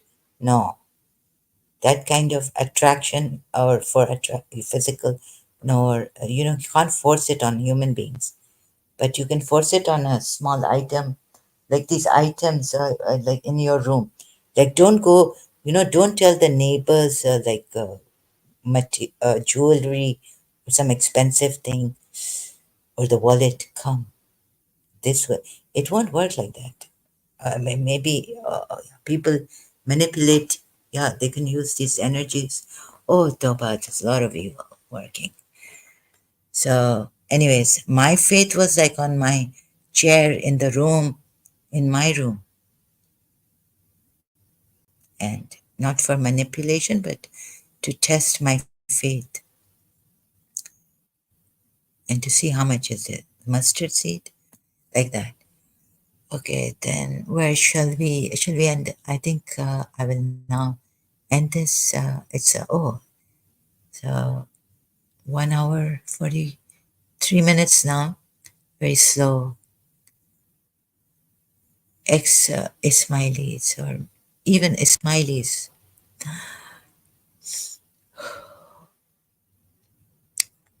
Oh, what? Aga Khan 71 made a full recovery, but ever since his advisors have been quietly focusing.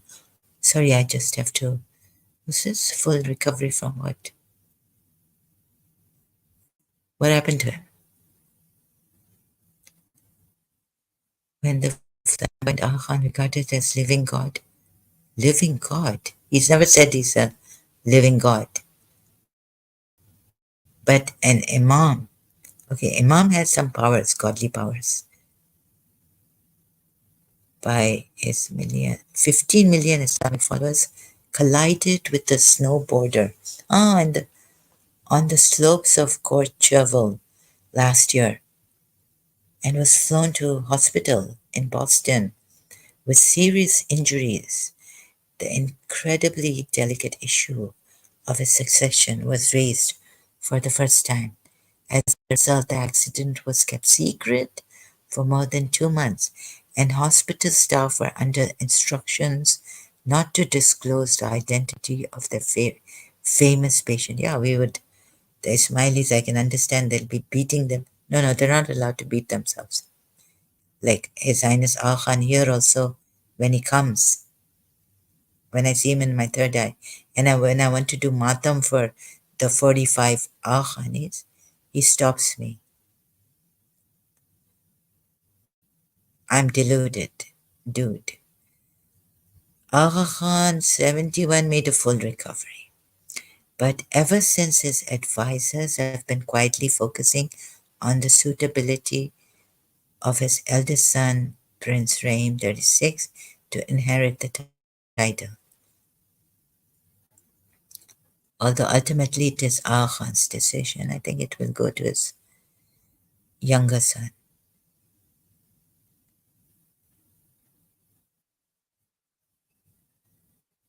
youngest. I don't know, I just guessed it. You know, there was a time I saw Imam Mehdi in my dream, his picture, and I say, oh God, why? Like his eyebrows are so thick, dark, and joined together, black. It's got black hair. I was thinking, why doesn't he have brown hair and all this? In London, I felt Imam Mehdi came in the hostel, in my hostel, smoking room, with Hazrat Khizr. And he had like a kind of reddish hair, like brownish reddish hair. Could it be that Prince? You see, he has a little bit reddish hair, but he was a grown up. Prince Ali, Muhammad Ali. Ah, Ali Muhammad. Yeah, kind of as. Oh, yes, yes. This kind of brown shade. Oh, maybe this son will be there. And you know who he looks like? He looks like the singer who sang um, softly whispering, I love echoes in. I've forgotten his name again, the singer's name, sorry. Ooh, so kind of like on the reddish auburn, sweet auburn. My Imam was 12th.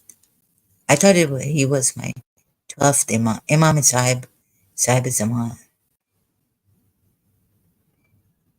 Yeah, like this shade,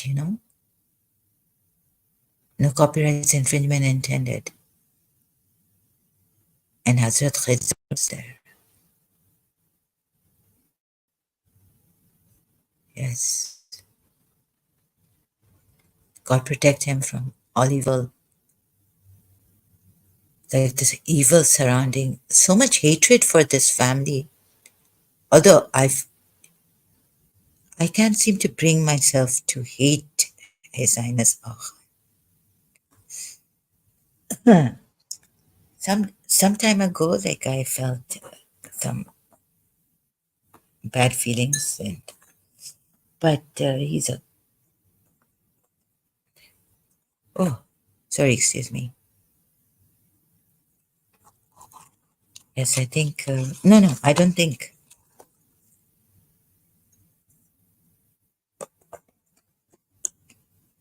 What if he becomes, and what if they showed me a future, like future Imam? Huh? And this is, and I thought it was my Imam Mehdi. What if they showed me in the, they took me, oh my God, it's come in my hostel, and my father saying, oh, he was making fun of me, that the 12th Imam in London, and how they must be enjoying London, Hazrat Khazar coming in. Oh, lovely London. London is beautiful. London is great. Gold, green, this, that. They love Europe. They love London. Then, and all these imams are abroad in Europe. Oh, Ismaili Imam sons, meaning, and any one of them could be the next Imam after His Highness Allah.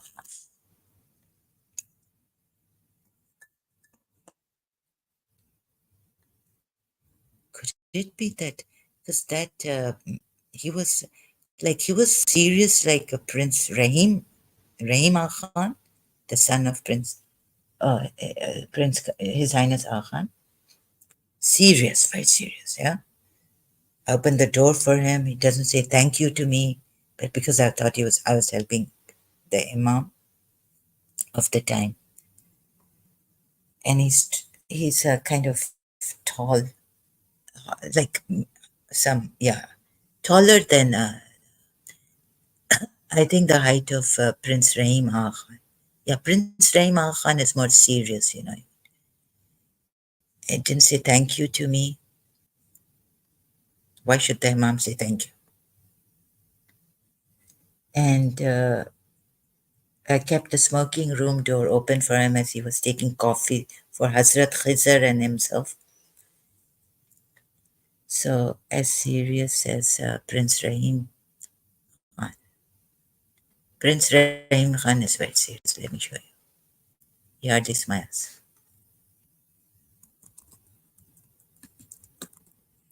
Prince Rahim Khan.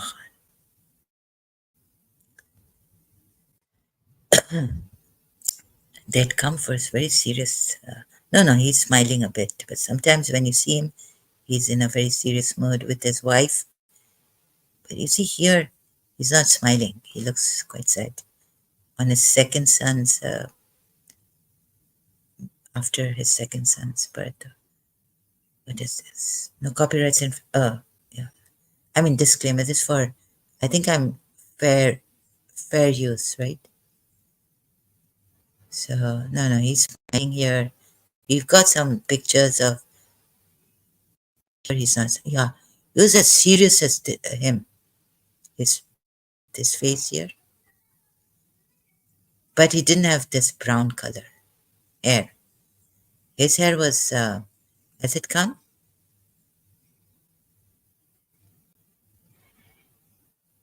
His hair was the color of Prince Ali, close to this color. A little bit lighter, like on the auburn reddish side.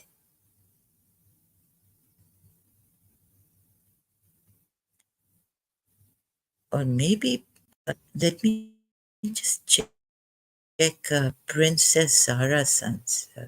Maybe they will. Can the daughter? No, daughter's sons cannot.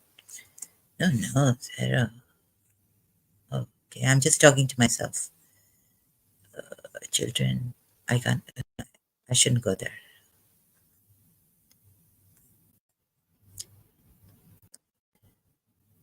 But out of curiosity, just let me see, Princess Zahra Agha Khan, does she have sons? If I'm going to scream if son, oh, let me see. If he has red hair, no, I don't think she shows her. They don't come much in. There's a black and no, there is Prince Rahim Khan's. Maybe Prince Rahim. Any one of them has auburn color, like reddish. Let me see the color. Auburn. I think it was auburn. And they were really special people.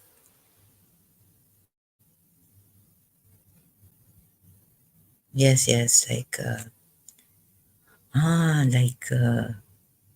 what's her name? I've forgotten now. Julia Roberts. Hair color. Okay, let's remove this.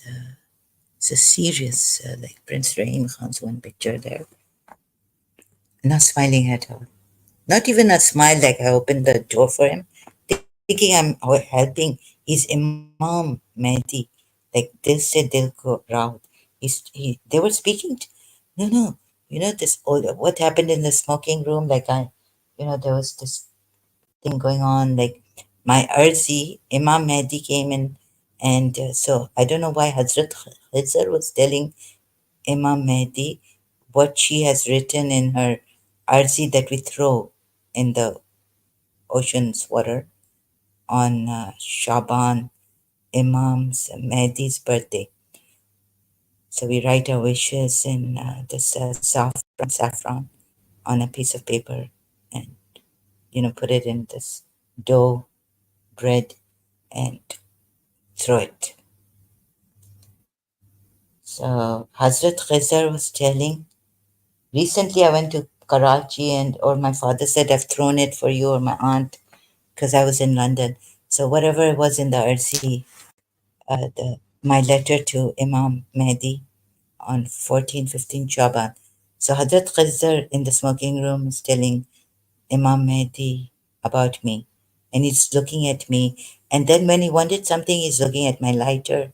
And then I got up before he could, because Hazrat Khizr very old, he couldn't walk properly. He was walking slowly, and he needed the lighter, you see. So I got up and gave him my lighter, and that's what he needed. First time I read someone's mind. Or was it, they say, no, no, don't say the mind. It's heart. You recognize me from the heart, not the mind. Oh, topic today. My sideburn. Sorry, you've come very late now. It's going to be 2 hours, 1 hour, 57 minutes. So nothingness is like, will nothingness help us? You can go through the live stream.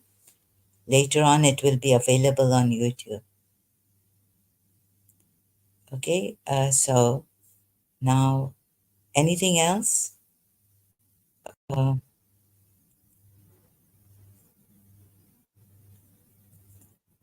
helping Ismailis also. So just empty yourself.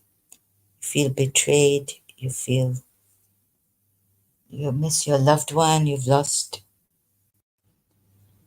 So through this nothingness as nihilism.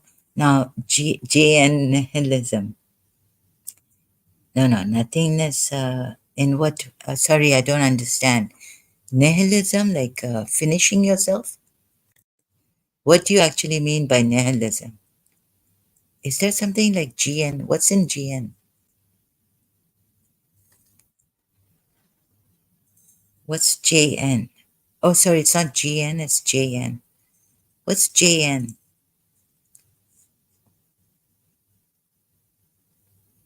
Or nothingness as in feeling empty?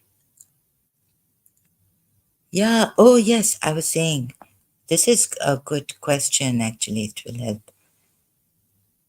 Nothingness as JN is what? Nihilism. How would you finish? What do you mean by nihilism? Right? Can you explain further? Can you come and explain further? Join me. I've just shared the link here, posted the link. Nihilism means nothing has a purpose intrinsically. Oh, that's a bit hard. This nothingness, it's you can't define it. Purpose, meaning you don't wonder. It won't let you wonder like purposelessly in. Oh, you mean this is in. Okay, in nihilism, meaning nothing. Okay, wait. Let me just. Sorry, nothingness, as in nihilism. Like no. Now you see, you're jumping to some of this. Has your mind wants to define it, right?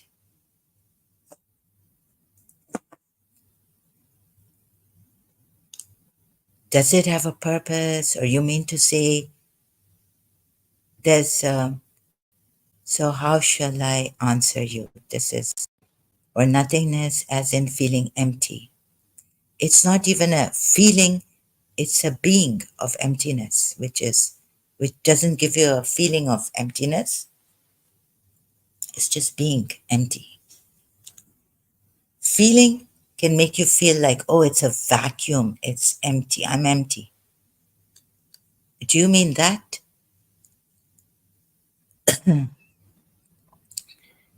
Nihilism means nothing. Anything which means anything, or can you show us what it means? Okay, who will show us? Means nothing as a purpose. Now, if you're just defining it, right, for the sake of making your intellectually understanding something, then we're back in the mind. And the mind is the culprit, the thoughts. I know you like my questions always. Uh, I like your questions. Uh, always. I think you've come here for the first time. My side burns. When always? Are you Jiddu Krishnamurti? No, I don't. I can see when the questions are coming from the mind, then the mind is our mind is the culprit.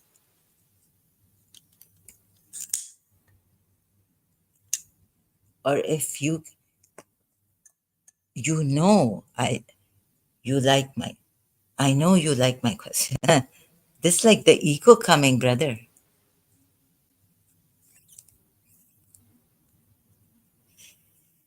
I like questions coming from the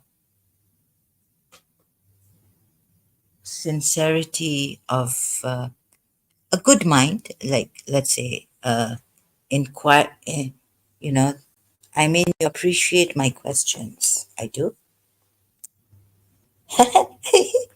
Who are you?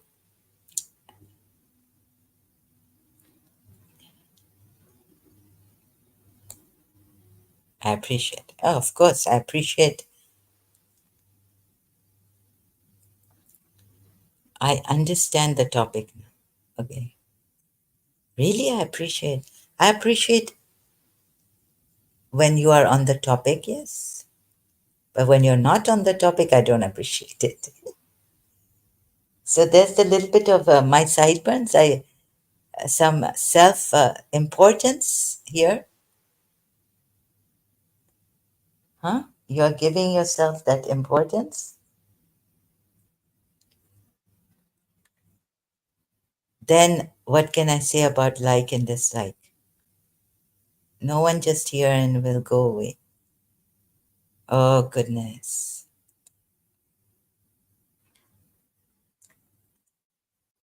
No one just here and will go away. Sorry, I don't get what. No one just here. No one just here and will go away. Oh, you mean to say that there in you there is no one? That's good. Keep it up. Then who is the my? My questions. Meaning they're coming from the no one. Oh, oh. Then you are nothing? No one. Wow, just imagine if we were just nothing. No one. Wouldn't that be just in nothingness? Not good, not bad.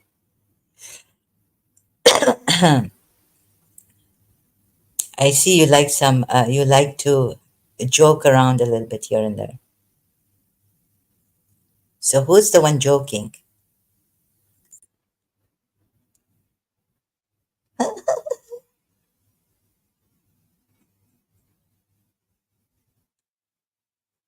Lighthearted.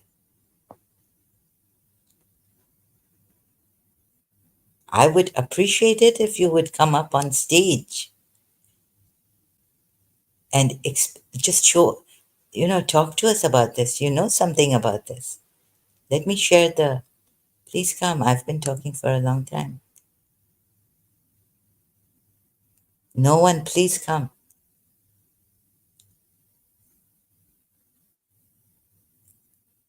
Contribute to nothingness. No, no, I'm also kidding. Please explain in your or show us what shall we do? How? So I've been trying. How shall we? Yes, we are nothingness. All purpose is created by ourselves.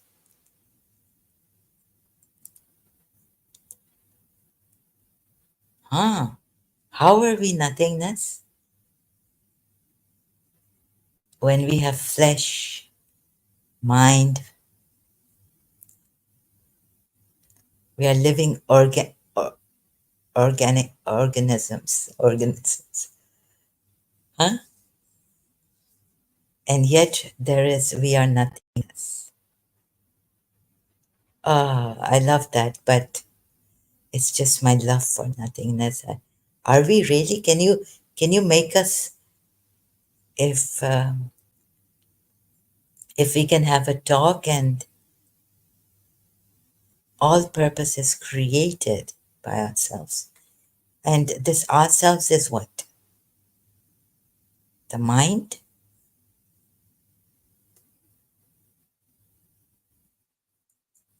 in time, or was this all create? Was it a manifestation from nothingness to some things? No, otherwise you will ban me if I come online. Why? Why would I ban you? Don't tell me I'm so bad to ban you.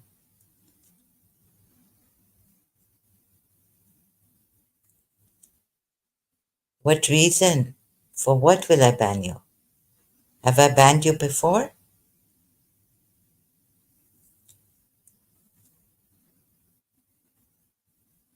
No, please come this time. I mean, you're coming in this way. It will really help my stream. Why would otherwise I ban you if you come? My sideburns, I don't understand. So, no, if you can show us nothingness, yes, I've banned you before. For what?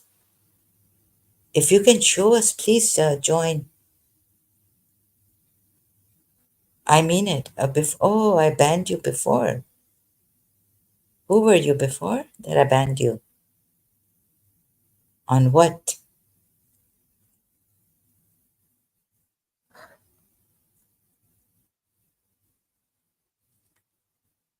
On what did I ban you so I can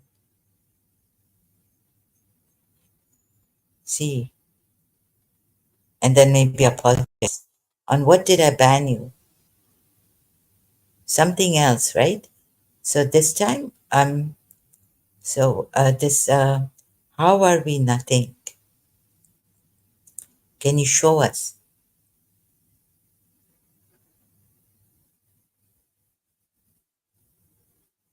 Did we come from nothing to go into nothing? Can you show us that because you thought I was here to make fun? Yes. And it wasn't fun, was it? Oh, you're that person, Pakistani, you said you were? Oh, no. That was another reason why I banned you because you were not having fun. So you see, trust and you were not, that was not fun here. Again, now oh, do you think we are nothing? I don't think, because if you think, then it's not nothingness. Thinking, mind is something. It is something. It is not nothing. What is your position on this? You see, my position is seeing that you are nothing. And what are you? Whether it exists or not. It is a wishful thinking, but no doubt I felt the emptiness. There was, experienced something, or you can't say something, but that made me quite light and helped me leave my past emotional attachment that I had. So I don't, if we bring the thought in, then nothingness is, the thought cannot conceive nothingness. Nothingness cannot be conceived because thought, thinking comes from the mind, and thought is limited, whereas nothingness is unlimited.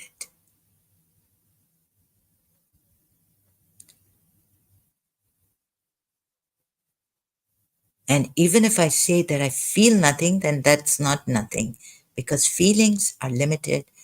Or if that's love, that it gives us a feeling of love, which is not measurable, but still, they change, feelings change. This nothingness doesn't change. It's nothing. We exist, but nothingness is idea of Buddhism. It's a concept you're saying because idea is like from the mind, and Buddhists don't use their mind in this. Mindlessness. Oh, there's mindfulness. It's a spiritual way of letting go of our burdens. Again, you're defining your spiritual. What if it's the reality of what if it's the unchanging reality?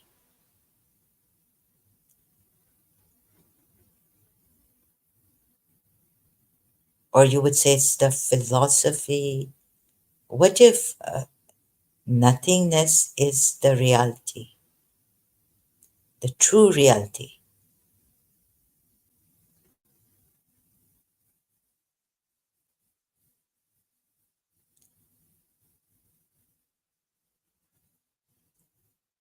Yes, nothingness is endlessness, like you said. Yeah, like without a beginning, without an end, eternal. What is unchanged reality, which is not changed, doesn't change, doesn't mix with anything, doesn't change. Meaning, how can I show you? Can I show you with instead of? Can I show you that? For example, let's take pure awareness. You can just put your mind aside for a little while.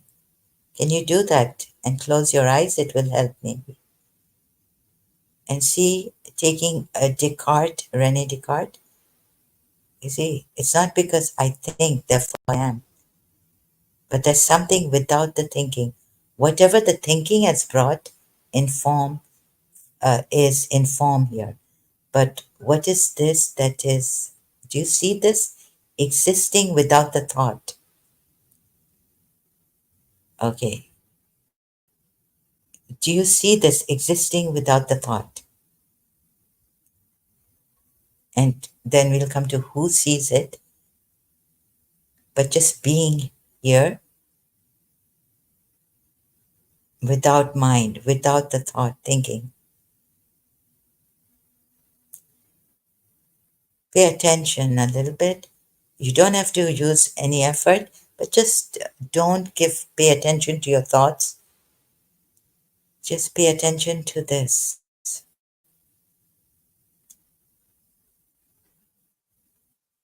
leaving the thoughts aside. What is now? What is? I need your answer. I need a feedback from you, please. So if you can see this, that there is no thought in this, it exists on its own without the thought. What is this that exists without the thought,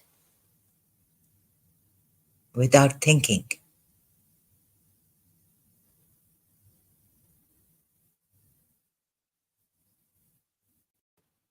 Like Rene Descartes said, I think, therefore I am. And this, if you just go a little, uh, once I meditated for 2 hours unguided and felt bit of nothingness. No, no, now, okay. Bit of nothingness? Oh, you did. So now here, you felt it. So that is an experience, feeling it. It will come in the experience. But if you see it, if if you perceive it, then I'll ask you who is the perceiver.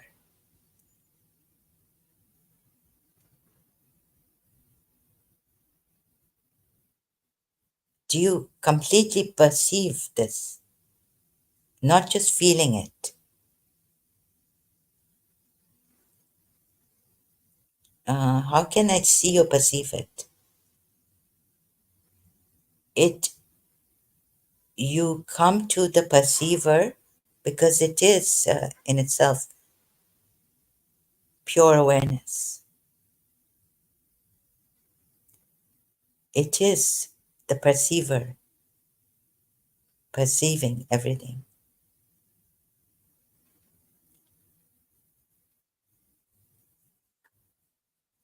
It's the witness, the perceiver.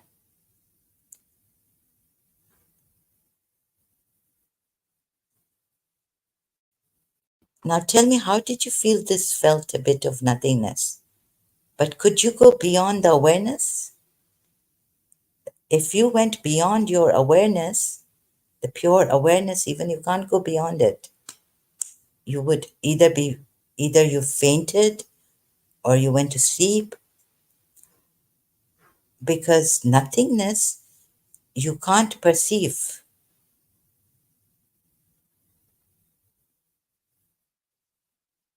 without, I mean, you can't go into, you'll have to lose your awareness.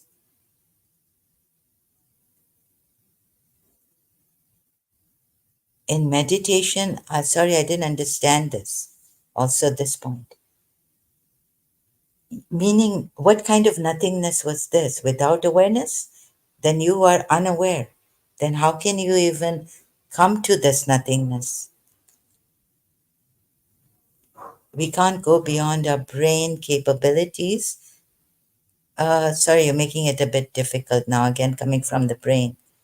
But we can exercise our brain's potential to feel nothingness. Then you haven't really, you're again in the mind. Um, no, then you've just had a kind of a brain trick of the brain.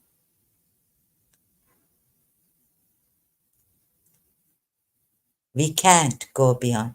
You see, you're defining everything, you're coming from the mind again. Can't do this, we can't go beyond our brain. How can you conclude? How can you come to such a conclusion?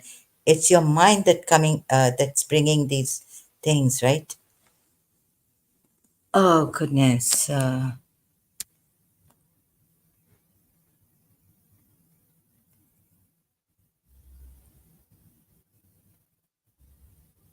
Do you see this, Miss? My sideburns.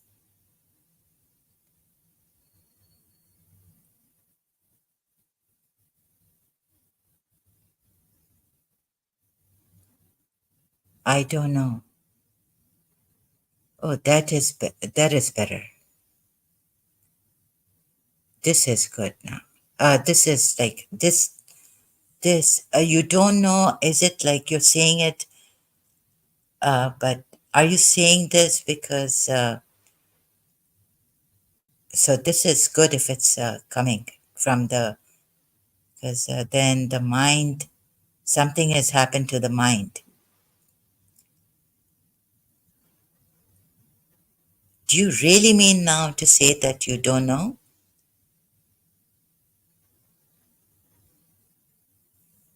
Then that is really something.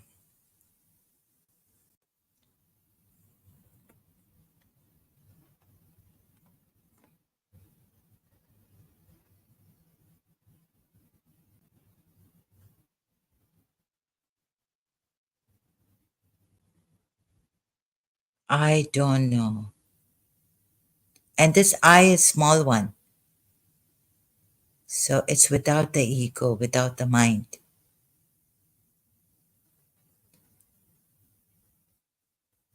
Yes, we don't know anything for 100% certainty. Yeah, knowledge here, knowing the mind. We are the knowledge, information here. You see, it's only through the mind.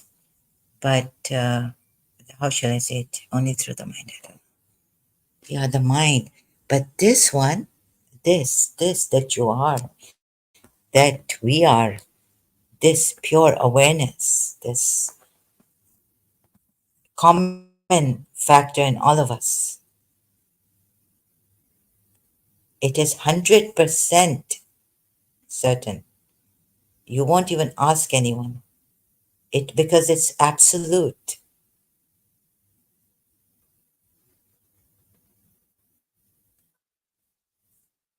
You can confirm it 100% in yourself, through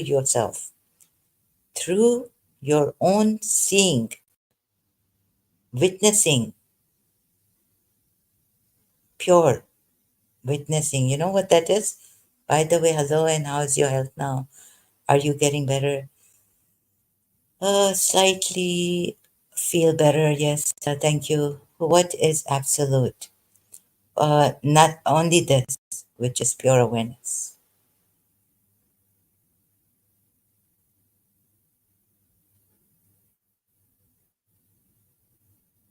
What is? And what? There's no, you, what? You see, again, the mind is asking, do you really see? This is why when I told you, do you want to see it? You have gone into this. You see, it's escape. Slightly is still a step in the right direction. Yeah. You see, again, what is? Do you want to see it or you don't want to see it here and now?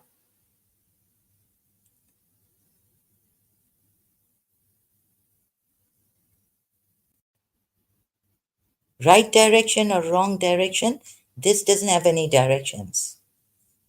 But, brother, do you want to see it or you don't want to see it?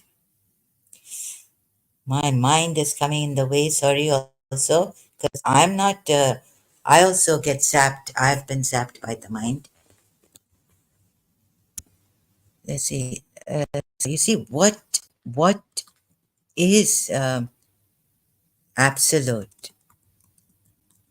You see, what you didn't ask me is what is absolute. You know the meaning of absolute? You can't call it complete because it would be incomplete. See what? Brother, pure awareness. That is you. That is me. That is everything, everyone. That is all prevalent. Pure awareness. To see that it is absolute, or you follow Muji and he can show you. He's better. Because I'm not realized in this yet. I haven't really, I've just touched upon it and just sharing it and trying to discover it. Whoever wants to join me and please be serious about this. Yes, absolute means something that is 100% existing. Yeah, thank you for this. Yes, yeah, it's like absolute, 100% existing. Yeah.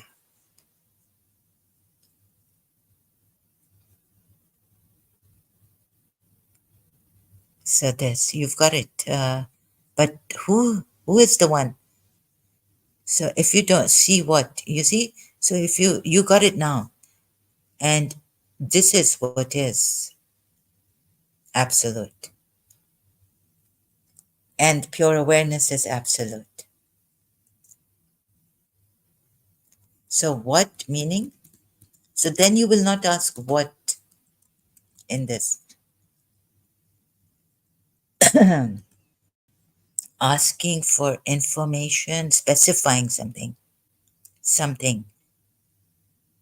It doesn't have a what, it doesn't have a when, it doesn't have a what, it doesn't have a when, it doesn't have a how. All these questions we ask are from the mind. And the mind doesn't get this because the mind is limited and it's from it's in time, like Jita Krishnamurti showed us. So now, let's see. How long have you meditated alone? Just by yourself? Please, that's a personal question. Please don't, why do you want to ask? I'm not a meditator. I'm a contemplator. And then I just saw it. I want to see it directly. Meditation is not used for this, seeing.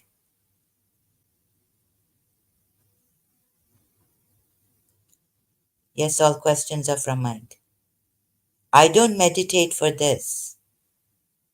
Try exercises, mantras, or, sit there quiet. I don't meditate for this. For meditation, I use for my health or something like I'm upset. I try to, I don't just sit there in silence. I can't. Either use mantras or something like that. I have some problems, obstacles.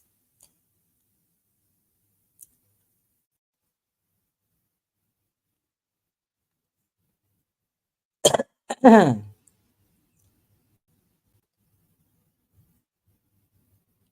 you see, these kind of questions, please, they come from why are you asking personal questions? It's not going to help you, and it's not going to help our discovery right now. I've said my personal things previous. You can go and you can see how I wished for there being nothingness. And I'm asking whether this nothingness will, like, it's my wishful thinking. I wish there was nothingness, so I just put it like this. This time I didn't put pure awareness. Maybe nothingness is not there. I'm not sure. So I want to discover. Together, if we can discover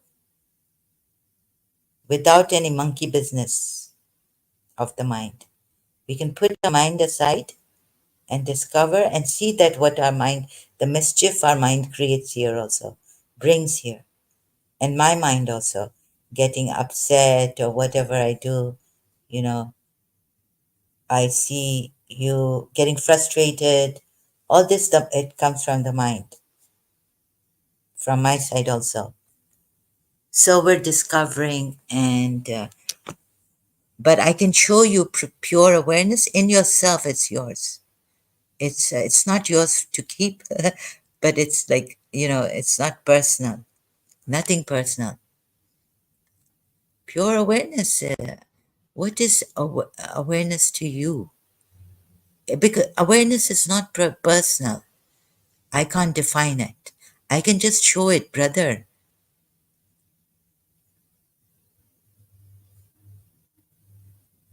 Uh, Something in you is getting personal. You see, it's always like what is absolute, then you're testing, you're trying to see me. If you're going to test me or try to see where I haven't said I'm a self-realized or God-realized person. I know everything about nothingness and nothingness exists. I didn't say that. You can go through my live stream of 2 hours and until you came here. Okay? So this is, sorry, this kind of a thing just shows that you have a lot of mind coming in the way and you're testing, what is awareness to you. Like I said, if you want to see it, I think you should start with Moji Baba and not me here.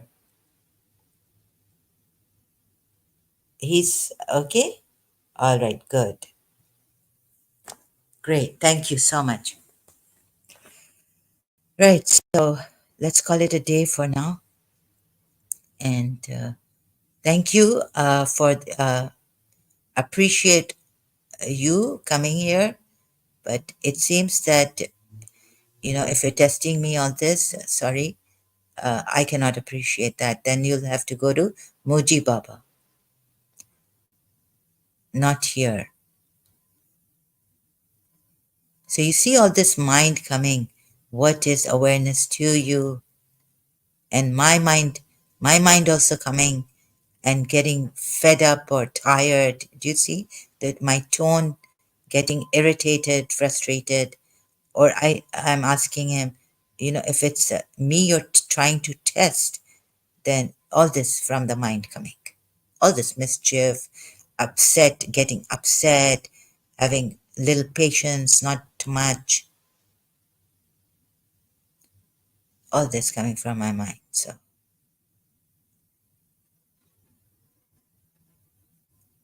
I have one last question. Okay, sure, but remember, I want you to discover here for yourself, right?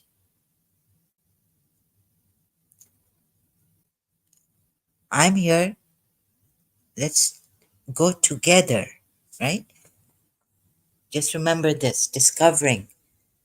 And we can be like, starting from nothingness, like empty ourselves completely.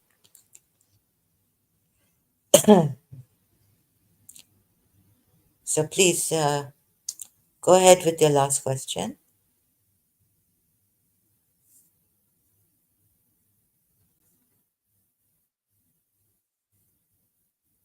Because let's see. Maybe I will not answer that question.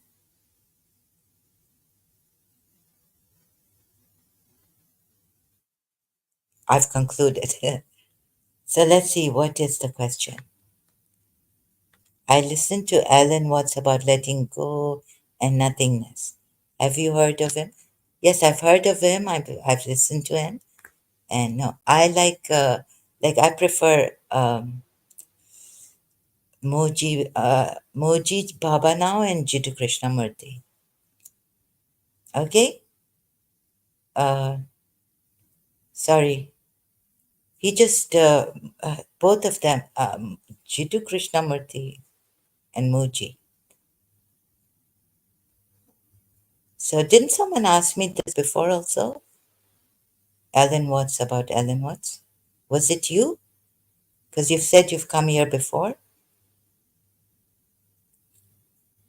You see, this kind of a thing, please don't do. Okay, but you will still do this. Alan Watts is amazing. I couldn't relate to anyone else. Oh, okay.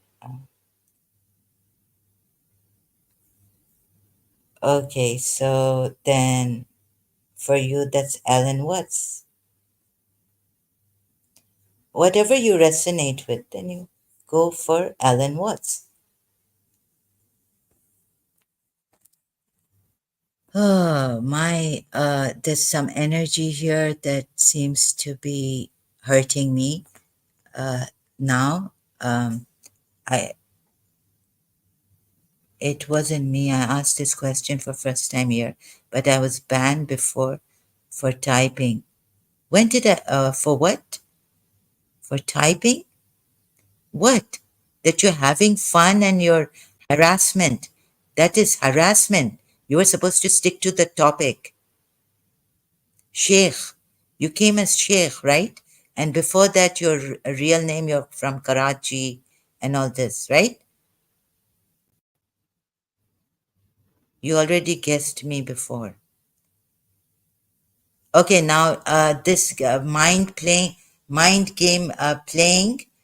You see, you are here to harass. You're not here to learn. You're here to do mischief. And you want to hurt people. You guessed who I was already before. Okay, I guess. So now what? I know you had the wrong. You don't have your name. What's your name here? Your right now, right? You come as Sheikh. You change your names here. So what do you want to do, brother? Do you want to keep playing these games with me and harassing me here? That's your fun, to irritate and hurt people and sidetrack people and then tell them that I was just having fun, but you were out of the topic, and that was not fun. Even Empowering Family said the same thing. 0702. Yeah, I did find you a little bit 0702. Like when you're talking here, when you're in the chat, you know what you do? You sound like, I don't know, I could be wrong. I'm, but the feeling I get is that you are a little bit, you have a little hurting. You're not a very understanding, you're not as, you have a little bit of like cunning, or you have a little bit of that kind of, I also have an ego, but you have a kind of, your ego works in a different way.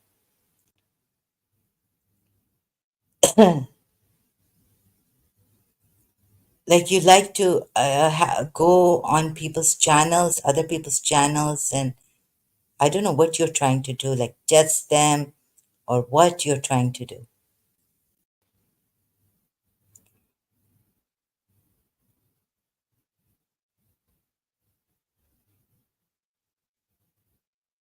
Like your way, like for example, like I do say about love and helping people that maybe I'll fail.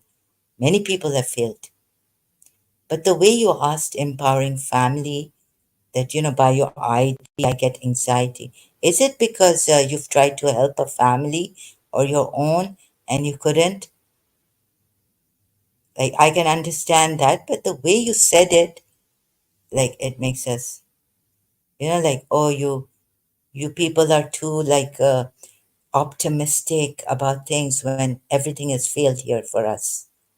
No, I'm not cunning, but you are suspicious of me. I'm not doing anything. Oh, but were you the one that bug?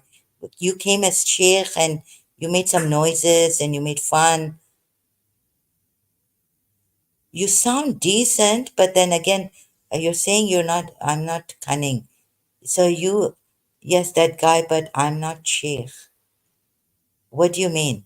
Yeah, so you came as sheikh also, and no, that guy was Fahad. Oh, yes, yes. But the one the way you told empowering, oh, sorry. Oh, so you're not Fahad. Sorry, yeah, I thought you were Fahad. Oh, so sorry, I apologize greatly. Yeah, you sound very decent. But what is it that got me angry at you and um, something? That was my, I'm, oh, you're welcome, welcome. Thank you for giving me the chance again. You've come here. You see, the thing is that the reason, can you remind me the reason why I got angry at you after you came here and I did say, what a great guy, what a wonderful person he is. Maybe I misunderstand and I got the wrong feeling from you in the chat. So it's good if you come on and talk. Not in this, a lot of misunderstanding. Maybe I got you wrong. What was it again? Remind me. What did I say? Oh, that maybe you're a fake ex-Shia. Yes, yes, I have grown into these suspicions. I said, Fahad, don't make fun. She has health problem. But you thought I said it is making fun of your health.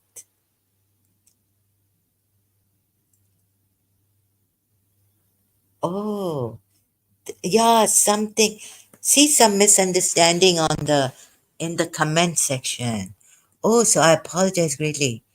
Oh, you meant. Oh, you really said that. No, but you were laughing. You also were laughing, right? Ha ha ha. She has health problems. But weren't you laughing? Didn't you put ha ha ha here? Oh yes, you're the ex-Shia guy. I found you very decent.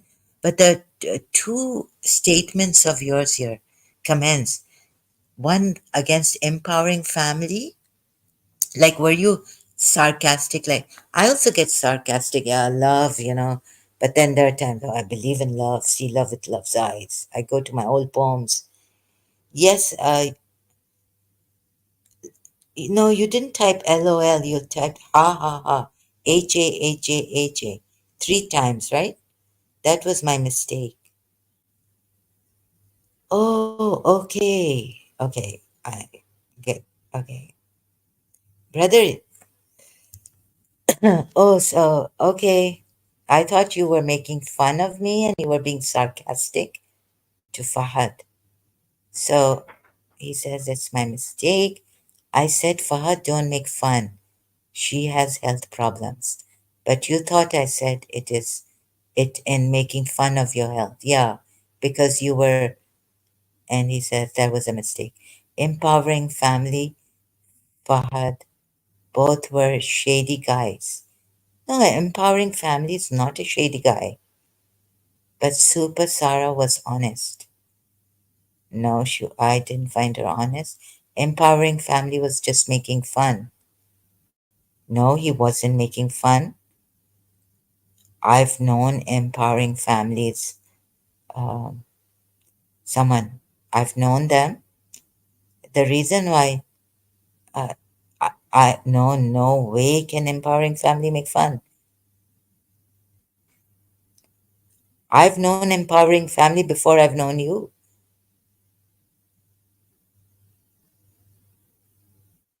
And empowering family was saying he agreed that yes, you were making fun. Although I don't know those guys. Now you see, Super Sarpa. Oh, you know Super Sar personally, but empowering family. I know empowering family personally, and Fahad both came here to make fun. No, they didn't. Empowering family is my moderator for a long time. Brother, what's wrong with you? Something wrong with you? Super Sarah couldn't. I felt she was lying to me, Fahad and them, and you now were making fun. It was then. Don't put it on empowering family. I know empowering family.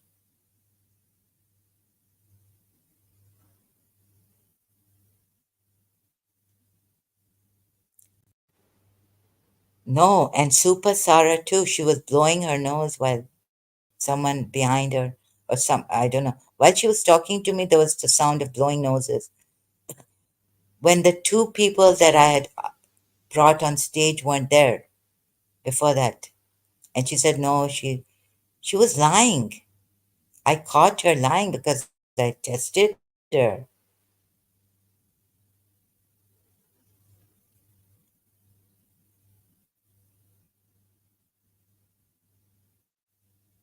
So, brother, now what is your I can't trust you. I'm sorry, like this. I've known Empowering Family personally. That's why he's the only moderator here because I can trust Empowering Family. His wife, I've is Smiley. No, that was Fahad making all that noise. Super Sarah didn't make noise. How do you know that? Do you know Super Sarah? You said you know. So, how do you know Super Sarah personally? Maybe she didn't want to show that she knows me. I don't know. Then I could be wrong about empowering, but Fahad was shady. You're definitely wrong about empowering family. He's a very decent person.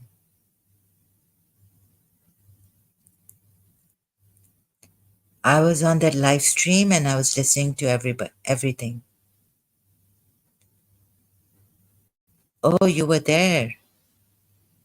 And you know Super Sarah personally?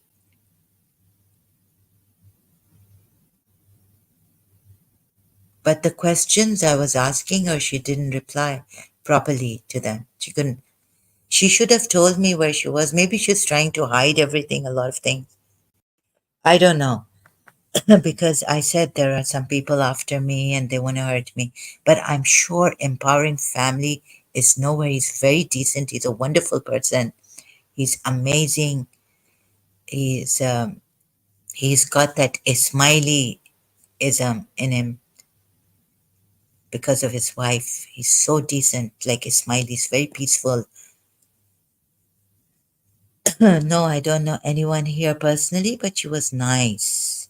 But her friend Farhad kept on making fun on the live stream. Yes.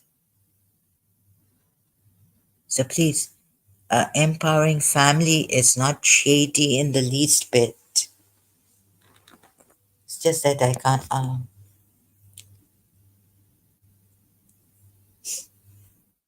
He's more Ismaili than Hindu, I found him. Because he's got an Ismaili wife. And some people, they just, like, I don't know. Maybe Super Sarah didn't mean to lie, but she had to hide certain things. And she had to tell me that she's from Lahore or Punjab side. But she doesn't know Punjabi. And maybe she didn't want to tell me that she's from, she's been brought up in Saudi Arabia. So maybe I got her wrong. I don't know. I was, you see, I can't trust people now, anyone. And I hope you people understand my health problem too. Shakko Shobha again because of that. And not make fun of it. No, I don't know anyone here personally, but she was nice. Okay, this is, I already read this out. Yes, Super Sarah was good. I didn't find her shady or, and dishonest. It was Fahad and all his other friends. Yeah, okay. So I apologize, but I can't trust people here, right? I think maybe, yes, on second thought, like she was trying to help me about these guys also in that way, but not reveal much about herself. And then she also had to lie and not give out certain things. So, you know, perhaps lying that she's from Punjab side. She didn't know Punjabi. Is that okay for Punjab side people to not know Punjabi? Then she said she's never been to Punjab because all her life she's lived somewhere else, been brought up, maybe born somewhere else. And maybe that she wanted to hide. Yes, because we have to respect her privacy. Yes, and I could make out maybe, but you see, on the other hand, the distrust comes in because she's got all these friends who are shady. So I cannot trust her completely and say that she's completely honest.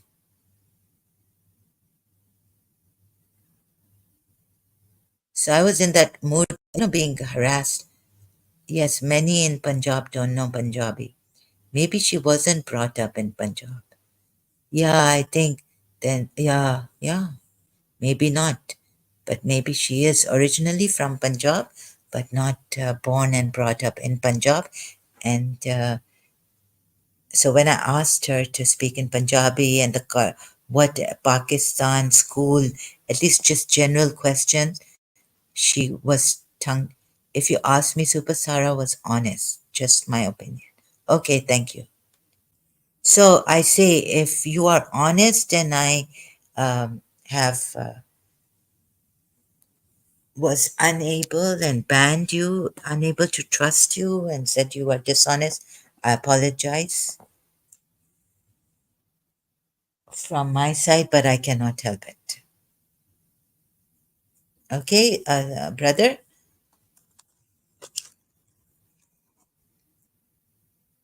it's better not to trust anyone here 100%. But the only reason why I trust Empowering Family is because he's got connections and his wife is with the Ismailis. And the Ismailis have proven to be very trustworthy, peaceful, honest people around the world. In Karachi also. Okay? He says, that's okay, I understand. Okay, when you come, it's better if we talk. I think the last time also you said Alan Watts, you did mention Alan Watts. You were the one. Again, on this thing, if you remember, I think you've forgotten. You were the one who told me about Alan Watts, right? If many videos I've seen on YouTube of Alan Watts, but I don't resonate with Alan Watts. It's nice, I appreciate. And now I've even forgotten what Alan Watts says. Yeah, that Christianity is all false and we lied and all this. We have been lied to for so many years. It was someone else probably. Okay, not you. No, I have mentioned Alan Watts first time. Yeah, maybe the Hindu Indian young man. Someone. Yeah, okay. Oh, all right.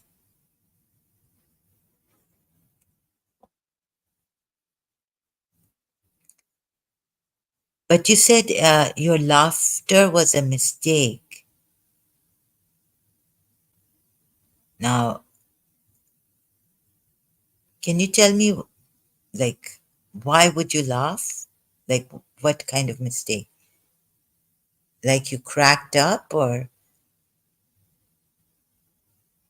you got carried away or what at that time? What happened?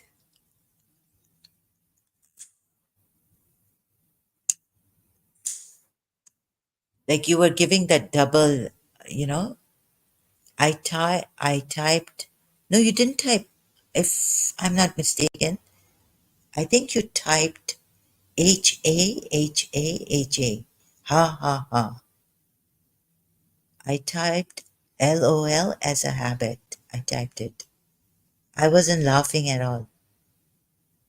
I like to end my sentences with LOL. Oh, burning something. No, no, no. It wasn't at the end. It was in the beginning, brother. And it was, hello, brother, it wasn't LOL.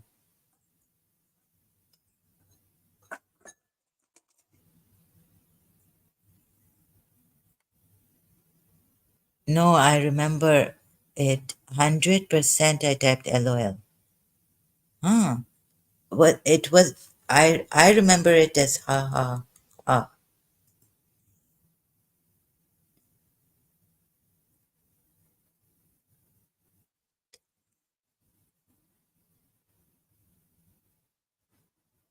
So, do you know Yusuf Zaidi? Sayyid Yusuf Zaidi?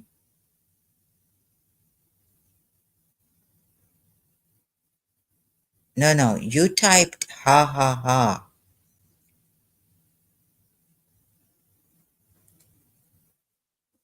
Okay. Sayyid Shia from Karachi. Oh, okay. Because I had a bad experience, Sayyid Zaidi. Sayyid Yusuf Zaidi. Oh, he came to help me and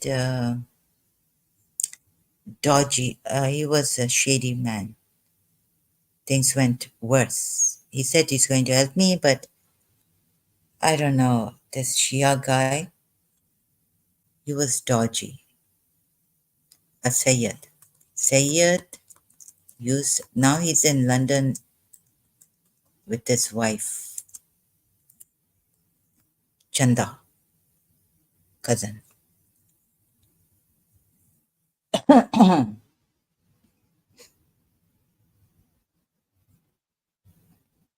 Bibi Fatma Zahra's son, he said. Bibi Fatma Zahra is his mother. Like every Shia says. What's this? Anand Kiran and all this, they used to do this. It's kind of giving me the Pakistan. In Pakistan, you please don't. Oh my God, sorry, I'm getting this. Yeah, like him. Him. I'm only remember. I only remember a few people. Empowering Fahad and Super Sarah. Empowering Family, Fahad and Super Sarah. Yes, okay. Please don't. Okay, but Empowering Family is very decent guy. Very decent.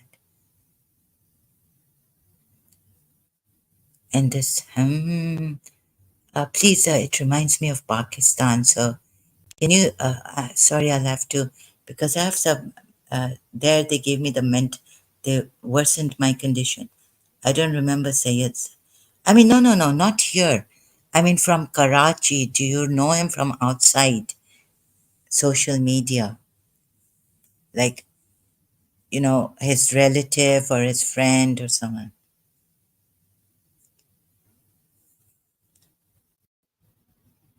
Not here, not here. Oh, when someone does this, it makes me. Are you really doing this HMM?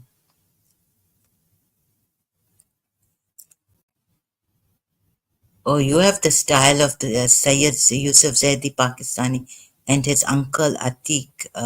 Who was doing this when Anand Kiran? Very, very scary. Because I told Anand Kiran that reminds me of my principal never did him. I don't know what they had done to my mind that I told Anand Kiran or someone. And then Sayyid Yusuf Zaidi also kept coming. You're giving me the chills now. Sorry, this I don't remember. No, no, not here. Um, okay, you say no, not at all. Swagat hai ji. Uh, sorry, RB Singh. Uh, oh no, this guy. Uh, ये क्या है? What? Sorry, excuse me. I have.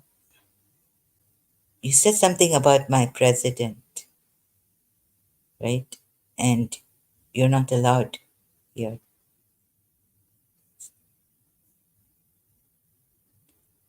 Banned.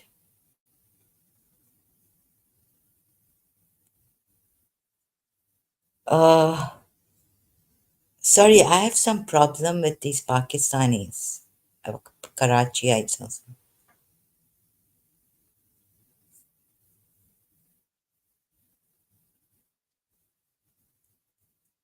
So yes, my sideburns, I would like to know why you said this to Empowering Family, if you don't mind,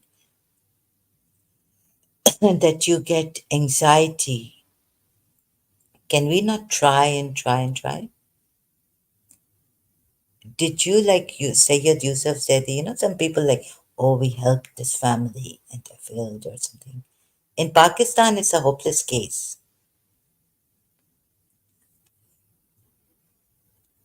You want to go and help people in Pakistan, they'll pull you down, kill you, they'll shoot you down. So, even in Shias, Sayyid families, I thought he was also making fun. If you knew him personally, then I'm probably wrong. Look, he will never make fun of me at all. I know him now. Why do you need to? Are you trying to get some things out of me about empowering family? See, no, no. First, answer my question. Answer my question. Why did you say it makes me anxious? How about I tell you I want to save the world? What would you say to this? Like, it makes you anxious? Maybe I can't save Pakistan. It's a lost case. No, I don't care about any personal information about anyone here. Okay, it's enough that I told you that empowering family is a wonderful person and you thought wrong. I don't know why. What's I thought he was also making fun of whom? Who was he making fun of in the beginning? There was no Fahad. When there was no Fahad, when there was only Super Sarah came as a different with a different ID, brother. Because I don't know anyone here personally. I thought you knew Super Sarah personally, but um actually sorry, brother, Pakistani even Shias I don't trust because of a very bad experience with the Sayyid Yusuf Zaidi and other Shias, but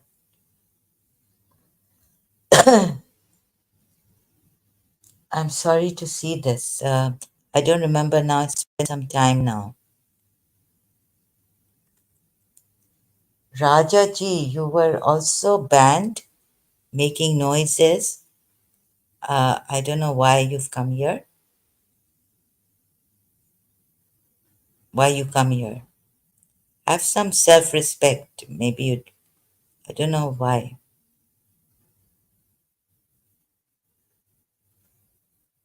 Zahra हम यहाँ हैं रे. So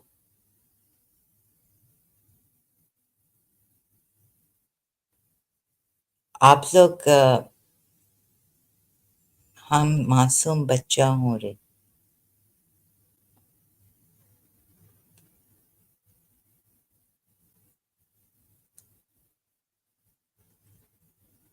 Sorry, but we'll have to ignore this nonsense lies of yours and ban you.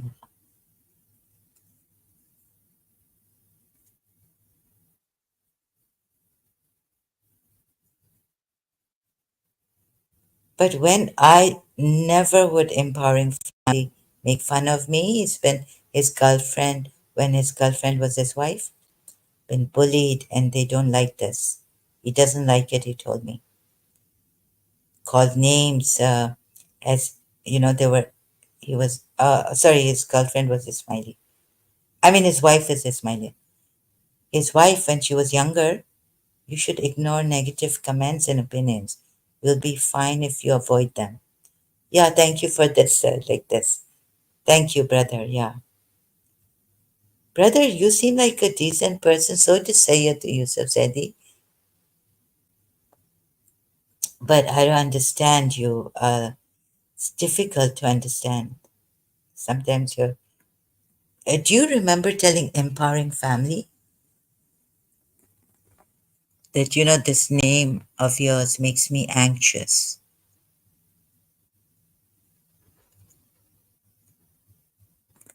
The first time, it was only Empowering Family, you as 0702, and Desi देसी recipe पता नहीं कौन Super Sarah was here.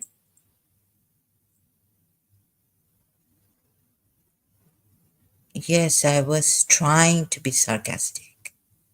Ah, you see these Ismailis, they have they know and the brother is protecting me when he comes here. He knows certain people, he can tell, he can see through because of his wife being Ismaili. like you like you gave me this good advice, right, that I should ignore negative comments. Actually, I'm still shocked at the people जो decency को ऐसे जो शराफत की बोली नहीं समझते हैं, जो रिक्वेस्ट जो ऐसे आते हैं मजाक मस्तियाँ और खेलना लोगों के साथ, लड़कियों के साथ. Empowering family, this nickname is positive for me, and I'm not an optimistic person. So that's why I wrote that. Yeah, and okay, and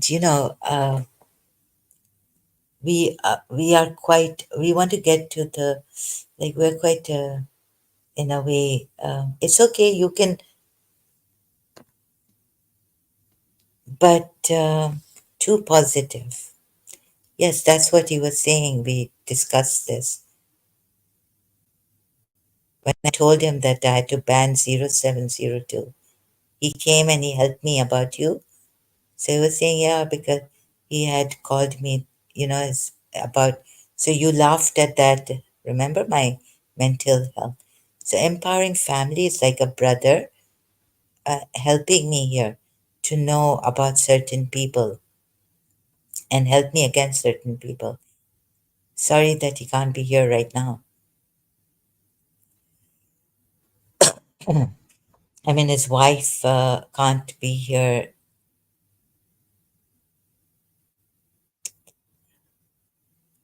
now. Someone, another ID. Is this you? RBN is Jokla, famous for UAE. My sideburns. Is this you?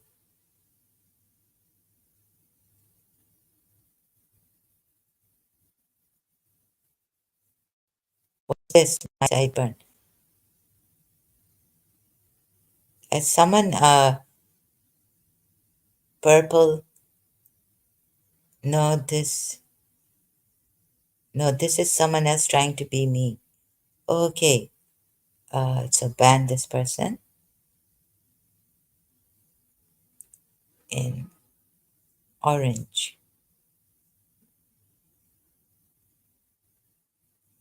Ah, I am the purple one, yeah. Recon. Look at this. If we, I mean, please, people, I'm trying to make a better world. So please help me uh, make it a better world. Probably it was Raja. Changed his name to mine. Okay. Yeah, so I need these, someone who can, thank you. Yeah, maybe, I don't know. But sorry, you're wrong about empowering family. He's absolutely wonderful, brother. He's a beautiful, absolutely wonderful, trustworthy brother.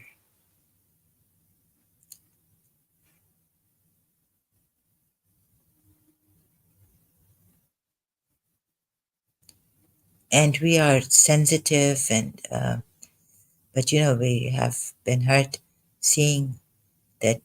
Of course, yeah, there's something I can say in love. Love failed me. I've been sarcastic, but on myself, on my, um, I would, or when talking to someone, but like that. Perhaps you should just take it lightly, but when you were laughing at my mental illness, that I have health problems, probably. So just yeah. Okay, I'm stuck on this. Sorry, my mind gets disturbed. What shall we?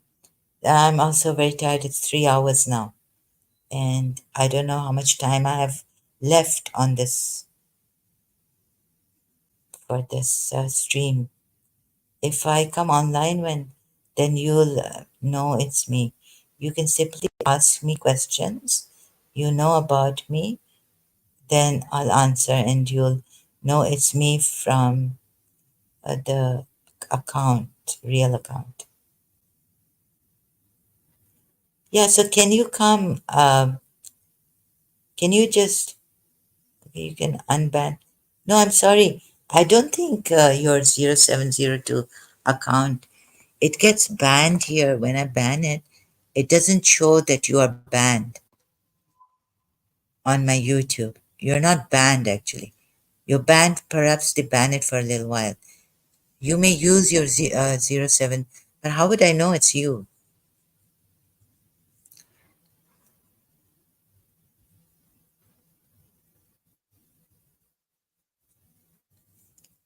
I think you can try using it. Maybe you're banned for 1 or 2 days. Once. Okay, sure. Yeah, try to. Sorry to give you this trouble. Like this RB Singh official I banned. I think you get banned here for, but you're not banned on YouTube, my YouTube account. So just for a while here, maybe a day or two.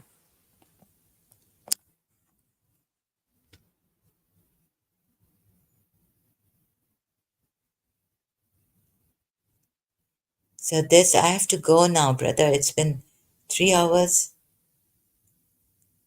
and I have to go because I can't stretch this. It's late. Oh, it's very late. My side burns. And also the 3 hours here, I don't know how many hours I've left on this account. So if the stream closes, like ends, then know that my hours have finished. Okay, and then my comments are not being added. Oh, no, but I checked the YouTube. There are only very old 3 people I've banned. And I don't even remember like them. Like recently, those I've banned. Okay, maybe my comments are banned. Oh, so these people, they come with the same name with another account, making another account here when I ban them. Maybe my comments are banned. I don't know. Oh, sorry. Okay. Yes, I don't see it on the other device. Okay, I have to go, brother. Um, how would I know this is the problem on YouTube? See, now they're making, look at these people, what they're doing.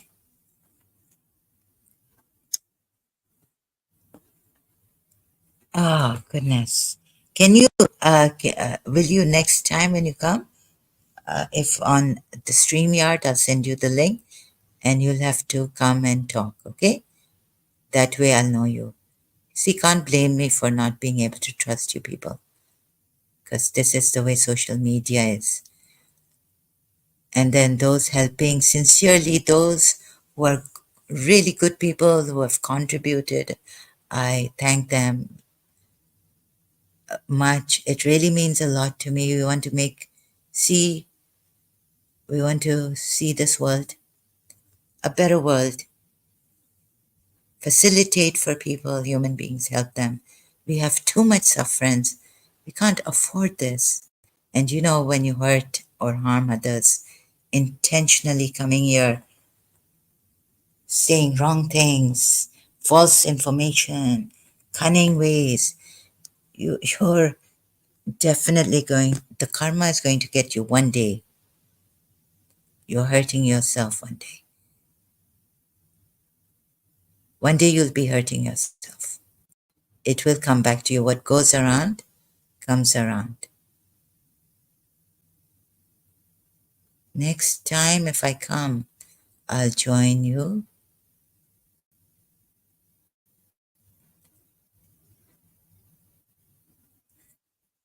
Okay, otherwise, you'll know someone else is using my nickname.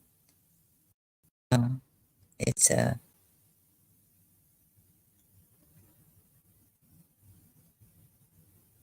yeah, this problem. Okay, thank you very much. Thanks to those who honestly care and helping out. We really want to see this world a better place. How can we do it? In the beginning, I had the patience. I thought, okay, let them hit me, do whatever they like. But no, it's sometimes most of the times it's really now getting to me. But I think I haven't been taught properly, like to. Okay, good night. Okay, so sorry. if I'm not making sense contradicting. Like in the beginning when, oh, there were times when I really wanted to send my love, bless my enemies, you know, maybe a year or so in my life. But then being taught, like if with a very strict teacher, that if you make excuses, that means you're lying, and yeah, and say, and you want to avoid speaking the truth to her or something, you're a liar, and you're bad, and so she taught me the hard way. I mean, we've lived in Pakistan and we had to take the lies in a way that, teach your children in a way that they don't get shaken up or shocked. If you teach them in the hard way, very strict way, punishing them, you are really killing them. They'll be, when they grow up, life can become terrible not to accept the lies and all. So teach your children in like soft ways, light, not being strict with them. Because then they will get you. Like I was strict with my siblings because the teacher I got, the way she used to give me lectures about speak the truth and this and that was not right. And sometimes I feel even you see, my grand aunt who taught us, I used to just overhear her saying that we have to stand in front of God and give our account, and overhearing her.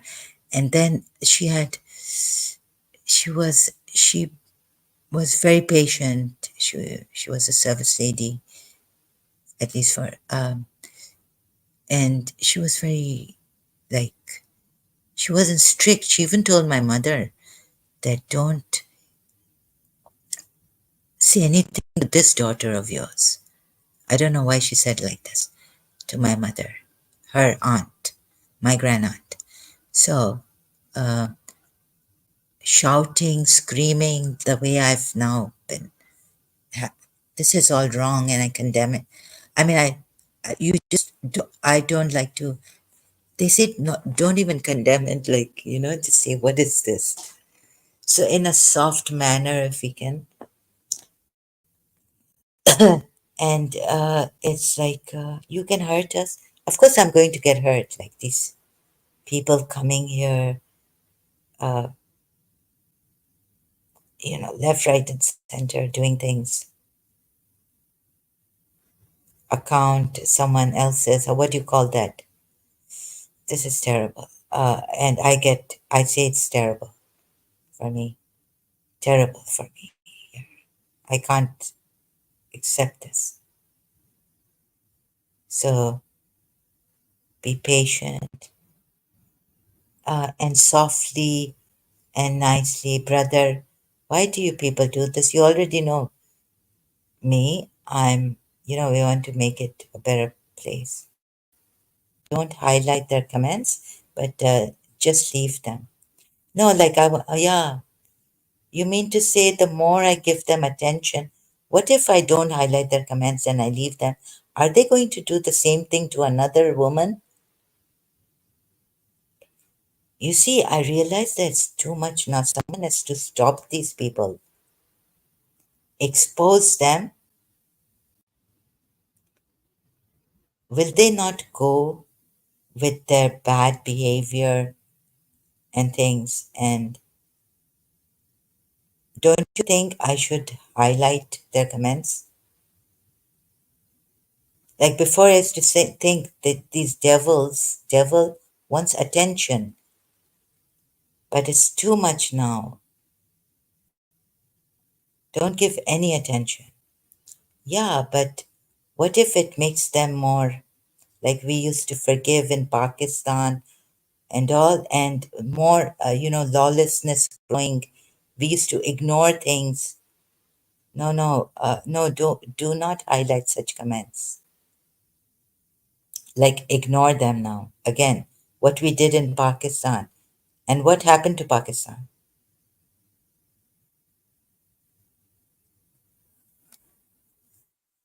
you see, the harassment grew. We ignore this. I ignore it. But a lady, another person, you see, the Ismail, I'm a very good, His Highness Aga Khan. Ismailis are safe and they're abroad, most of them, thank God, those who are abroad in foreign Western European countries. But in Pakistan and India and all this, I don't know. Like, I think they're like, how these people take it, the bullying, the things done wrong to them. People do wrong things to them. Internet is a place, the world is a place where people say so many things. Okay, no. Internet is a place where people say so many things that they'll not say to you in person. The hypocrites. But these exist in real life, right? So this is a chance for the hypocrites to play more. This is the negative side of internet. Yes, no one can beat internet. Best ways to give zero attention. Yeah, but that would not make them stop. Isn't there another way, like we could go door to door and stop them around the world, like global crime prevention? No, no. You see, brother, I've been given this advice time and again by my elders and friends. These are jerks. These are just, don't talk to them, ignore them, this and that. But these jerks will go on. This will not stop them. Like the Ismaili Imam tells us, it won't stop them from harassing, bullying, calling names, all this from other, it won't stop them.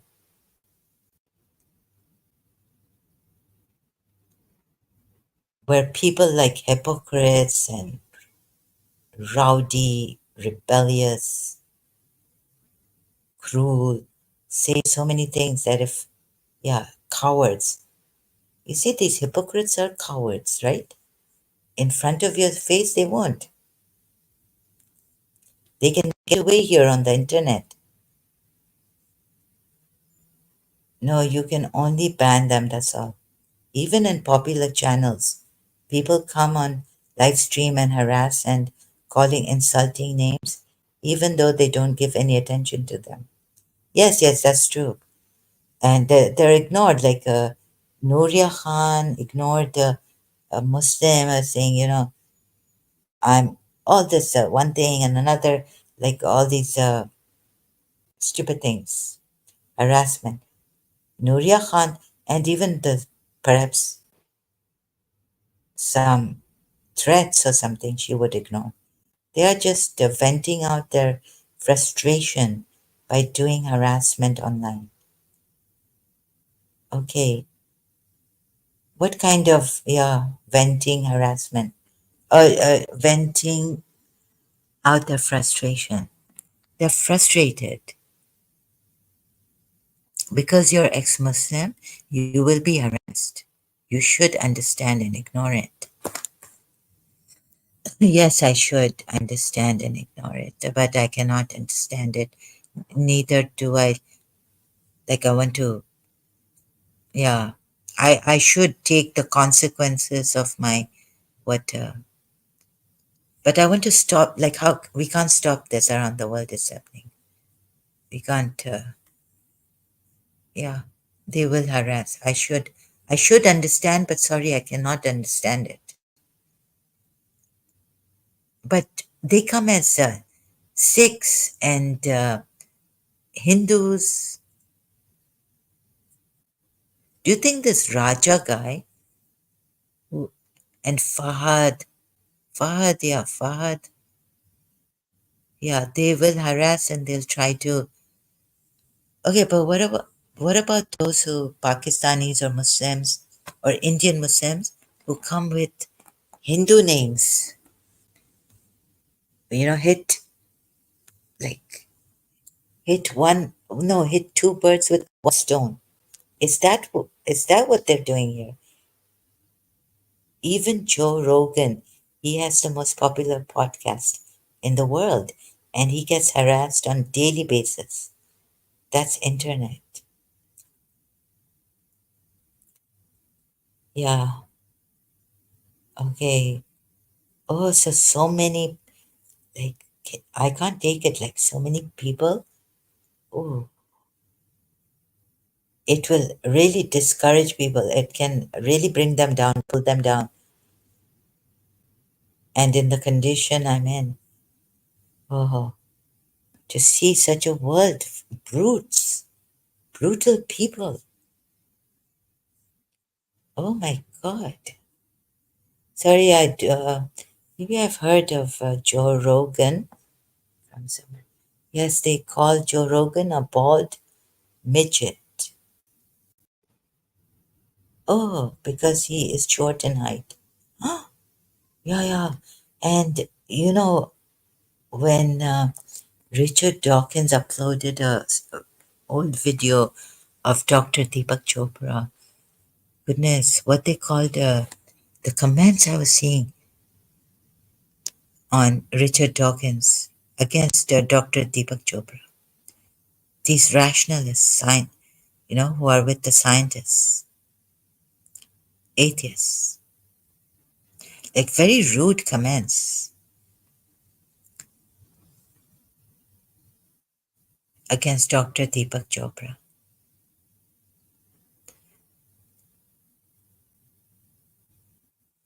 Yes, yes, I've seen that, even from maybe the European side to Britishers and all. Because on Dr. Deepak Chopra, Professor Richard Dawkins' channel. What so many like insulting ways, yeah, calling names and all. Terrible. Yes, you're right. This goes on. It's so sad, very sad. We can't do anything about it. Just ignore it. Then what is my purpose? Yeah, we try our best. We try our best. But if someone doesn't want to learn, nothingness. So, brother, next time I hope you will come and we can have a conversation again, right? And from my side, I'm sorry, but please understand that I'm not well. I thought, like, okay, so, but you haven't said ha. You remember ha ha ha was not a thing to laugh at, right? On my health and all. Okay, next time I'll come, I'll join your live stream. Yeah, join my live stream if I have hours left on. Yeah, from another channel. There are, let's see. Yeah. Okay. Take care. Thank you. I'm so like flustered. That's okay. No need to apologize. Yeah, I think I don't trust myself. It's difficult to trust people. So you'll have to, sorry, brother, you'll have to build the trust here take care. Good night. Yeah, you too. Take care. Good night. Thank you. If you are a sincere person, then I really, uh, from the heart, thank you. God bless you so much, your country, your people, your family, your friends. Okay? God bless you much, and all of them much, always. Have a beautiful, hope everything is great with you there. Okay? And wish you the best of life. I wish you the best of life.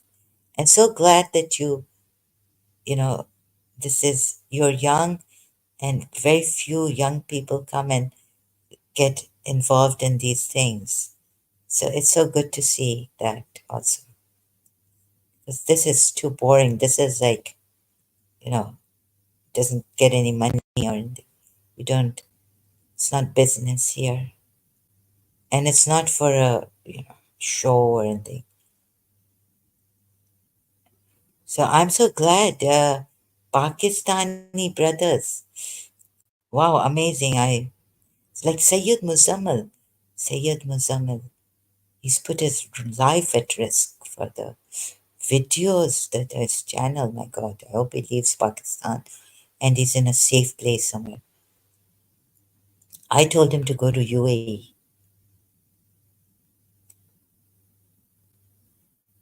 So there, that's okay. Thank you so much. Thank you so much. All the best. Thank you, all those who silently listening and interested in this. It's not professional, unprofessional, and you can come and talk and join me. Let's see, like amateurs, knowing nothing, starting from nothing. It says you too, you too. Thank you, brother. I wish you all the very best. Beautiful life. Let's make it wonderful for each other, and yeah, let's make it wonderful for each other. Thank you. And my famous waltz. Waltz out of this Muslim Islam